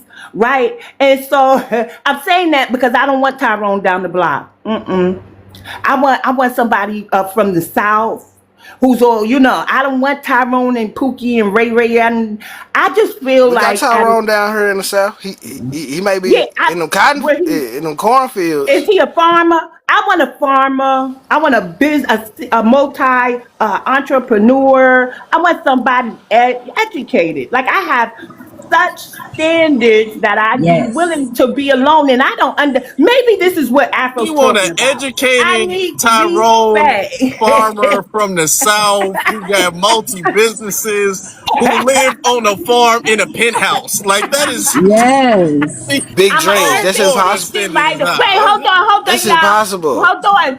I'm an urban fiction author, published. So yeah, I have big goals because it's possible. And if we believe in manifesting, then we can write out and manifest our dreams. What I'm saying to you is I want a multifaceted black American man who is supportive.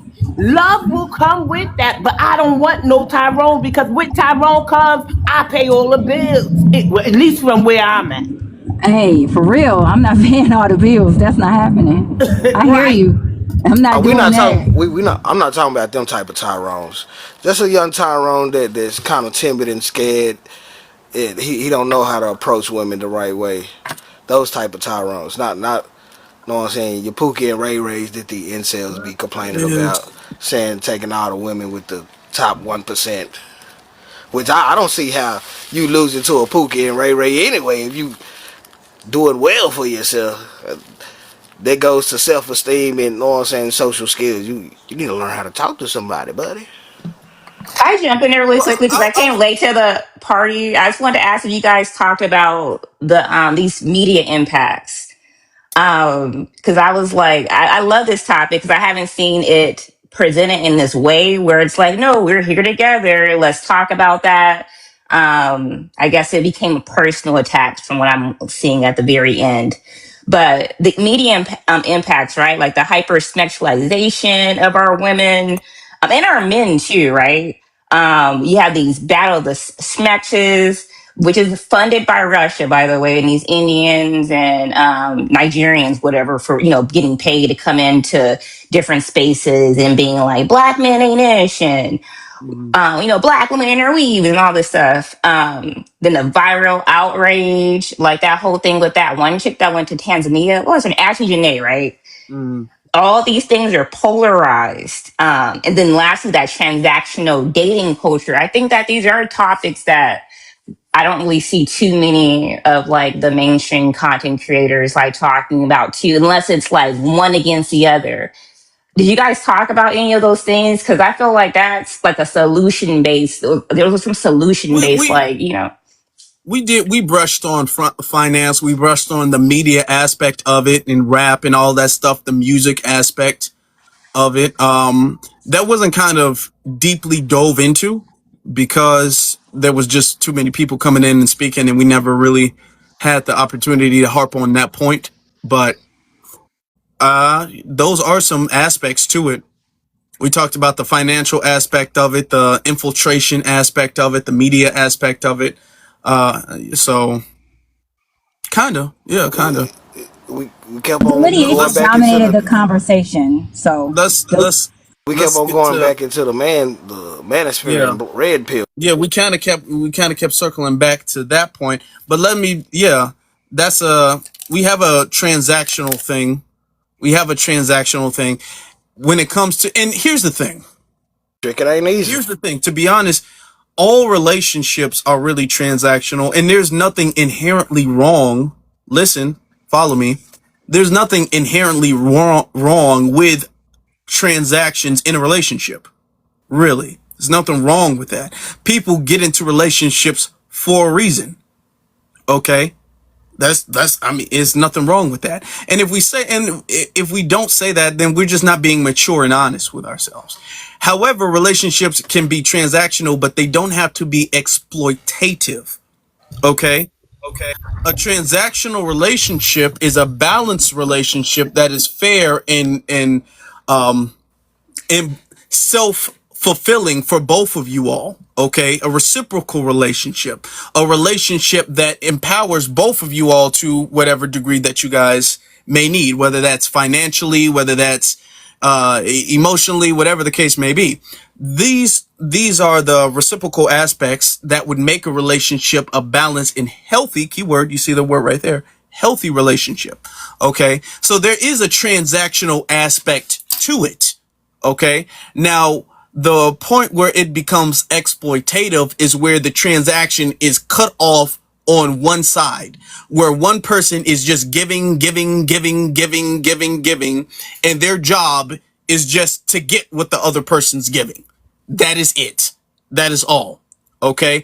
That is an imbalance in unhealthy relationship. When you have a relationship where, the man is sitting up there doing all of this, paying the bills, buying and doing all of that just cause, and there's no type of reciprocal effort in the relationship on his part. Okay. There's no effort on her part. That's unhealthy. When a relationship is where the woman is giving the man smecks, right? You can say that, smecks or whatever, right? I think you can say that, right? Smecks, right?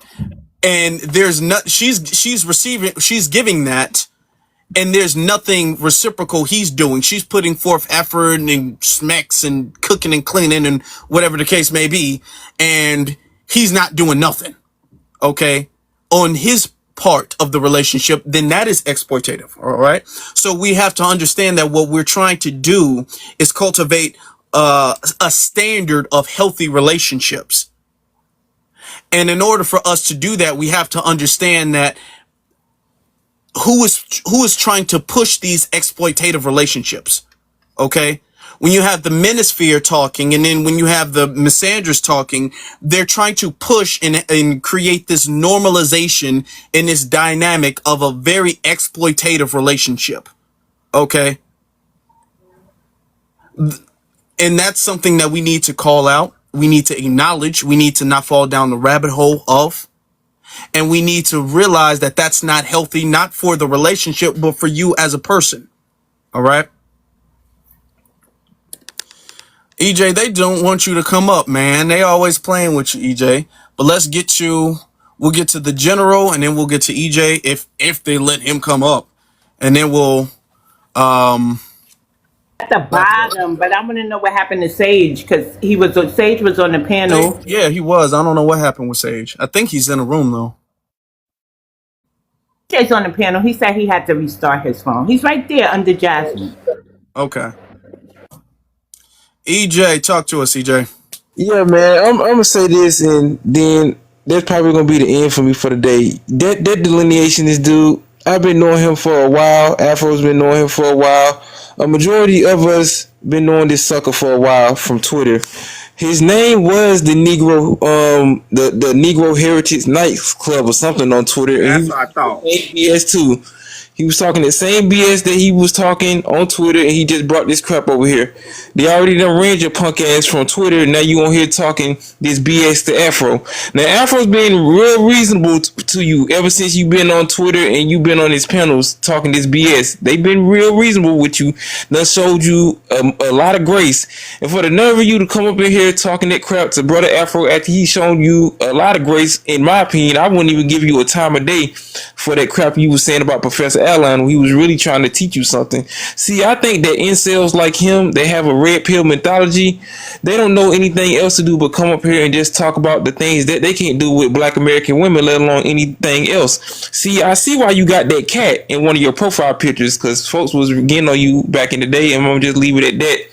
Anything that you have over here, you can't get it from brother Afro anymore. Don't come on his panels talking crazy like that. We was talking about a topic that didn't really need your damn opinion when it came to it, because you can't even get you a damn relationship with your so-called woman, because the way that you was acting was very emotional. It was very, part of my French, bitch made for you to come up here and talk some crap like that. So, sir, I don't find you respectful. I don't like you. I never liked you. I always block you on every social media platform that I've been on. I just be quiet and don't try to say nothing to you. I just let Sister BX put her Timberlands on and stump you out verbally and just going on about my business. So the moral of the story is, people that have a mythology like him, I don't let them folks speak. He giving me very feminine female vibes when he came over here disrespecting Afro. He was trying to have a real conversation with him. He just got out of his own body and his panties just started just being, I don't know, man. The less said about that dude, the better. HD Live, every time I hear you talk, you sound drunk. And I'm gonna just leave it at that. For what BX was trying to really say to you in the comment section, he was really being light on you. I find you very disingenuous for you to be disrespecting her and the people who was trying to correct the delineation this in the righteous way for him to be a so-called brother, but he just got out of his body and act like he was Buck, and he said some crap to me in the comment section. And I'm gonna let you know this right now, respectfully, sir, I'm not the one to play with. I will ruin your life verbally, because I got a black belt in roasting, and I'm gonna just leave it at that, and I'll land my plane. All right. He don't play about that black belt. He don't play. He'll whip it out on you. Okay. Sage, I thought Sage was coming up. Sage, what you doing? He was just up here. He was, and then he dropped down, and then I don't know. But yeah, I gotta go, y'all, so we can't really be on that long. So I'll let everybody get like 1 minute to close out their final thoughts and opinions on everything. Appreciate it. And before we go, can we get to 100,000? We less than 10,000. We just need we don't even need 8,000. We need 7. Yeah, we can get to 100,000. We had 92,000, so we can get to 100,000. Sage says he got nothing to add, but he loves the panel. Well, thank you very much for that. Appreciate that. All right. Jasmine, you got any final words? Yeah, so now I kind of get it. I've been trying to be more open minded lately. I pretty much stay to myself, just me and my man. Everybody hates the Tethernator. Like, we're two villains, but we're actually the sweetest people on here, I believe. Like, I love my people. Love us down. I try to stay neutral, but like, I'm kind of starting to see what people are saying. I personally went to, delineation. If you're still in here, I went to your panel and I told you when I went there yesterday, like, I've never actually interacted with you. What is your topic about? And I did see some patterns. I'm not fake. I don't sit there and talk about people behind their back on panels when you're not there. If they're there, yeah, I will call out stuff. But, he was trying to divert it back to one person. Not everybody knows who that one person is, right? And I'm like, look, make your point without calling out people, because we don't do that stuff over here on TikTok. The FBA space is over here. So everybody's being mean to you because they won't let you speak as a man. Well, try again. Maybe it's your delivery or whatever. That's what the advice that I gave, right? Without even hearing his words until today. Now I'm starting to get it. It is a little bit off code, a little bit weird, and maybe it's not the delivery. Maybe that's just kind of who you are. Maybe you have to get rid of that ideology, because there's no men versus women in our community. We have to stick with each other. And that means kicking all these freaking tethers out that have no tie to us ideologically, culturally, phenotypically, genealogy. Like, there's so many different ways that these people are showing that they're not us. And it's off fucking code. My apologies. It's off code. I call it raccoonish behavior. Figure out what your issues are with women, and then come over and then try it again and be respectful. Because we're not disrespecting FBA men or women in any of our spaces. That's not what we're doing. So anyways, I land there. I would love to see more discourse in a healthy way, like I've seen today. Before that guy centered himself. Like, I don't get it. I don't know. We got to be solution based. Anyways, I land my plane there. Yeah, you guys have a great Wednesday. Appreciate that. Thank you very much. Professor Alan, you got it. Yeah, again, back to the conversation, Afro, and I'd stay away from drama. I try to keep things, academic, and that's my place. That's my lane. But I just don't want to see our momentum get derailed. As a historian, like I said earlier, the civil rights movement was derailed with feminism. The energy, they couldn't stop the train, so they got with some of our sisters. It was were infiltrated. You look at Dr. Howard Zinn's A People's History of the United States, they'll show that Spelman College was very influential in the black community. Still is not as much as it used to be, but it is. So some small hats were sent to Spelman to find a very popular FBA sister, and they got in her head and told her it's not about white supremacy, it's about men. Men are the problem. And it was diverted that way. What am I saying? I'm saying that I want to kind of get ahead of this problem with this whole red pill issue, because I don't want to see it reversed with us, with a bunch of men that don't have sexual access, angry and frustrated, looking for some reason outside of themselves to blame. Ultimately, men, it's all about you. You have to have confidence. Confidence comes from loving yourself. And that's a problem, unfortunately, gentlemen, that you have to solve. You have to find something about yourself to love. I love being me. Do I have all the money? No. I might one day. But I just love being, what I'm saying? I love me. Once you start loving yourself, that turns into confidence that everybody sees. When you love yourself, you do things for yourself, what I'm saying, that people pick up on, and that confidence attracts sexual access. You don't need a book to try to figure out some way to trick women into liking you. It comes from confidence. And unfortunately, this is not a laughing matter. Men like the gentleman that kept interrupting me obviously lacks the critical confidence that it requires to attract the other sex. Thank you, Afro. I really enjoyed your panel. It's a very powerful topic, and it's needed in our community. Well, Try thank you not to very let much. our movement get derailed. Yes, sir. Thank you. That's the goal. That was the goal. Appreciate that, Professor. Thank you very much. All right, Candy. Any final words, Candy? Yeah, hey. All right. So I felt like our conversation kind of got derailed by that guy a little bit. But that's neither here nor there. Again, I think the conversation is important, and I think it's something that's important, because when you look at other groups, when they came over here, when they were bringing in the illegals, the Democrats, when the Democrats were, oh, hold on one second, guys. When they brought in the illegals, what they did was they didn't have a problem with allowing them to live with their spouse in the housing that they provided. They didn't have a problem giving the man, monies and helping him and his family. It's like something that they do intentionally to us. So I noticed that. So I think that it is systemic. It's like a form of racism to have us going against each other in these spaces. And I think that we have too many men who are just not understanding what's happening, and they're not able to navigate in this environment. And they'll turn into red pill because they just respond. And you have women who can't, navigate in this environment, and they'll turn into feminists, So they'll both just pull away from each other instead of coming together and just being a family. I think that's what's happening. And I'll land there for now, but I think we're dealing with something deeper than that, because I noticed other groups didn't have any problem being included as a family versus having to do it separately like they did us. So I'll land there. All right. Well, thank you for that. Appreciate everybody's final words. All right. Thanks, everybody, for the gifts, for the likes, for the shares, all of that. Please make sure you guys go to For the Culture on YouTube and then hit that subscribe button on For the Culture on YouTube. If you're on For the Culture, thank you guys for watching. Hit that like button, please.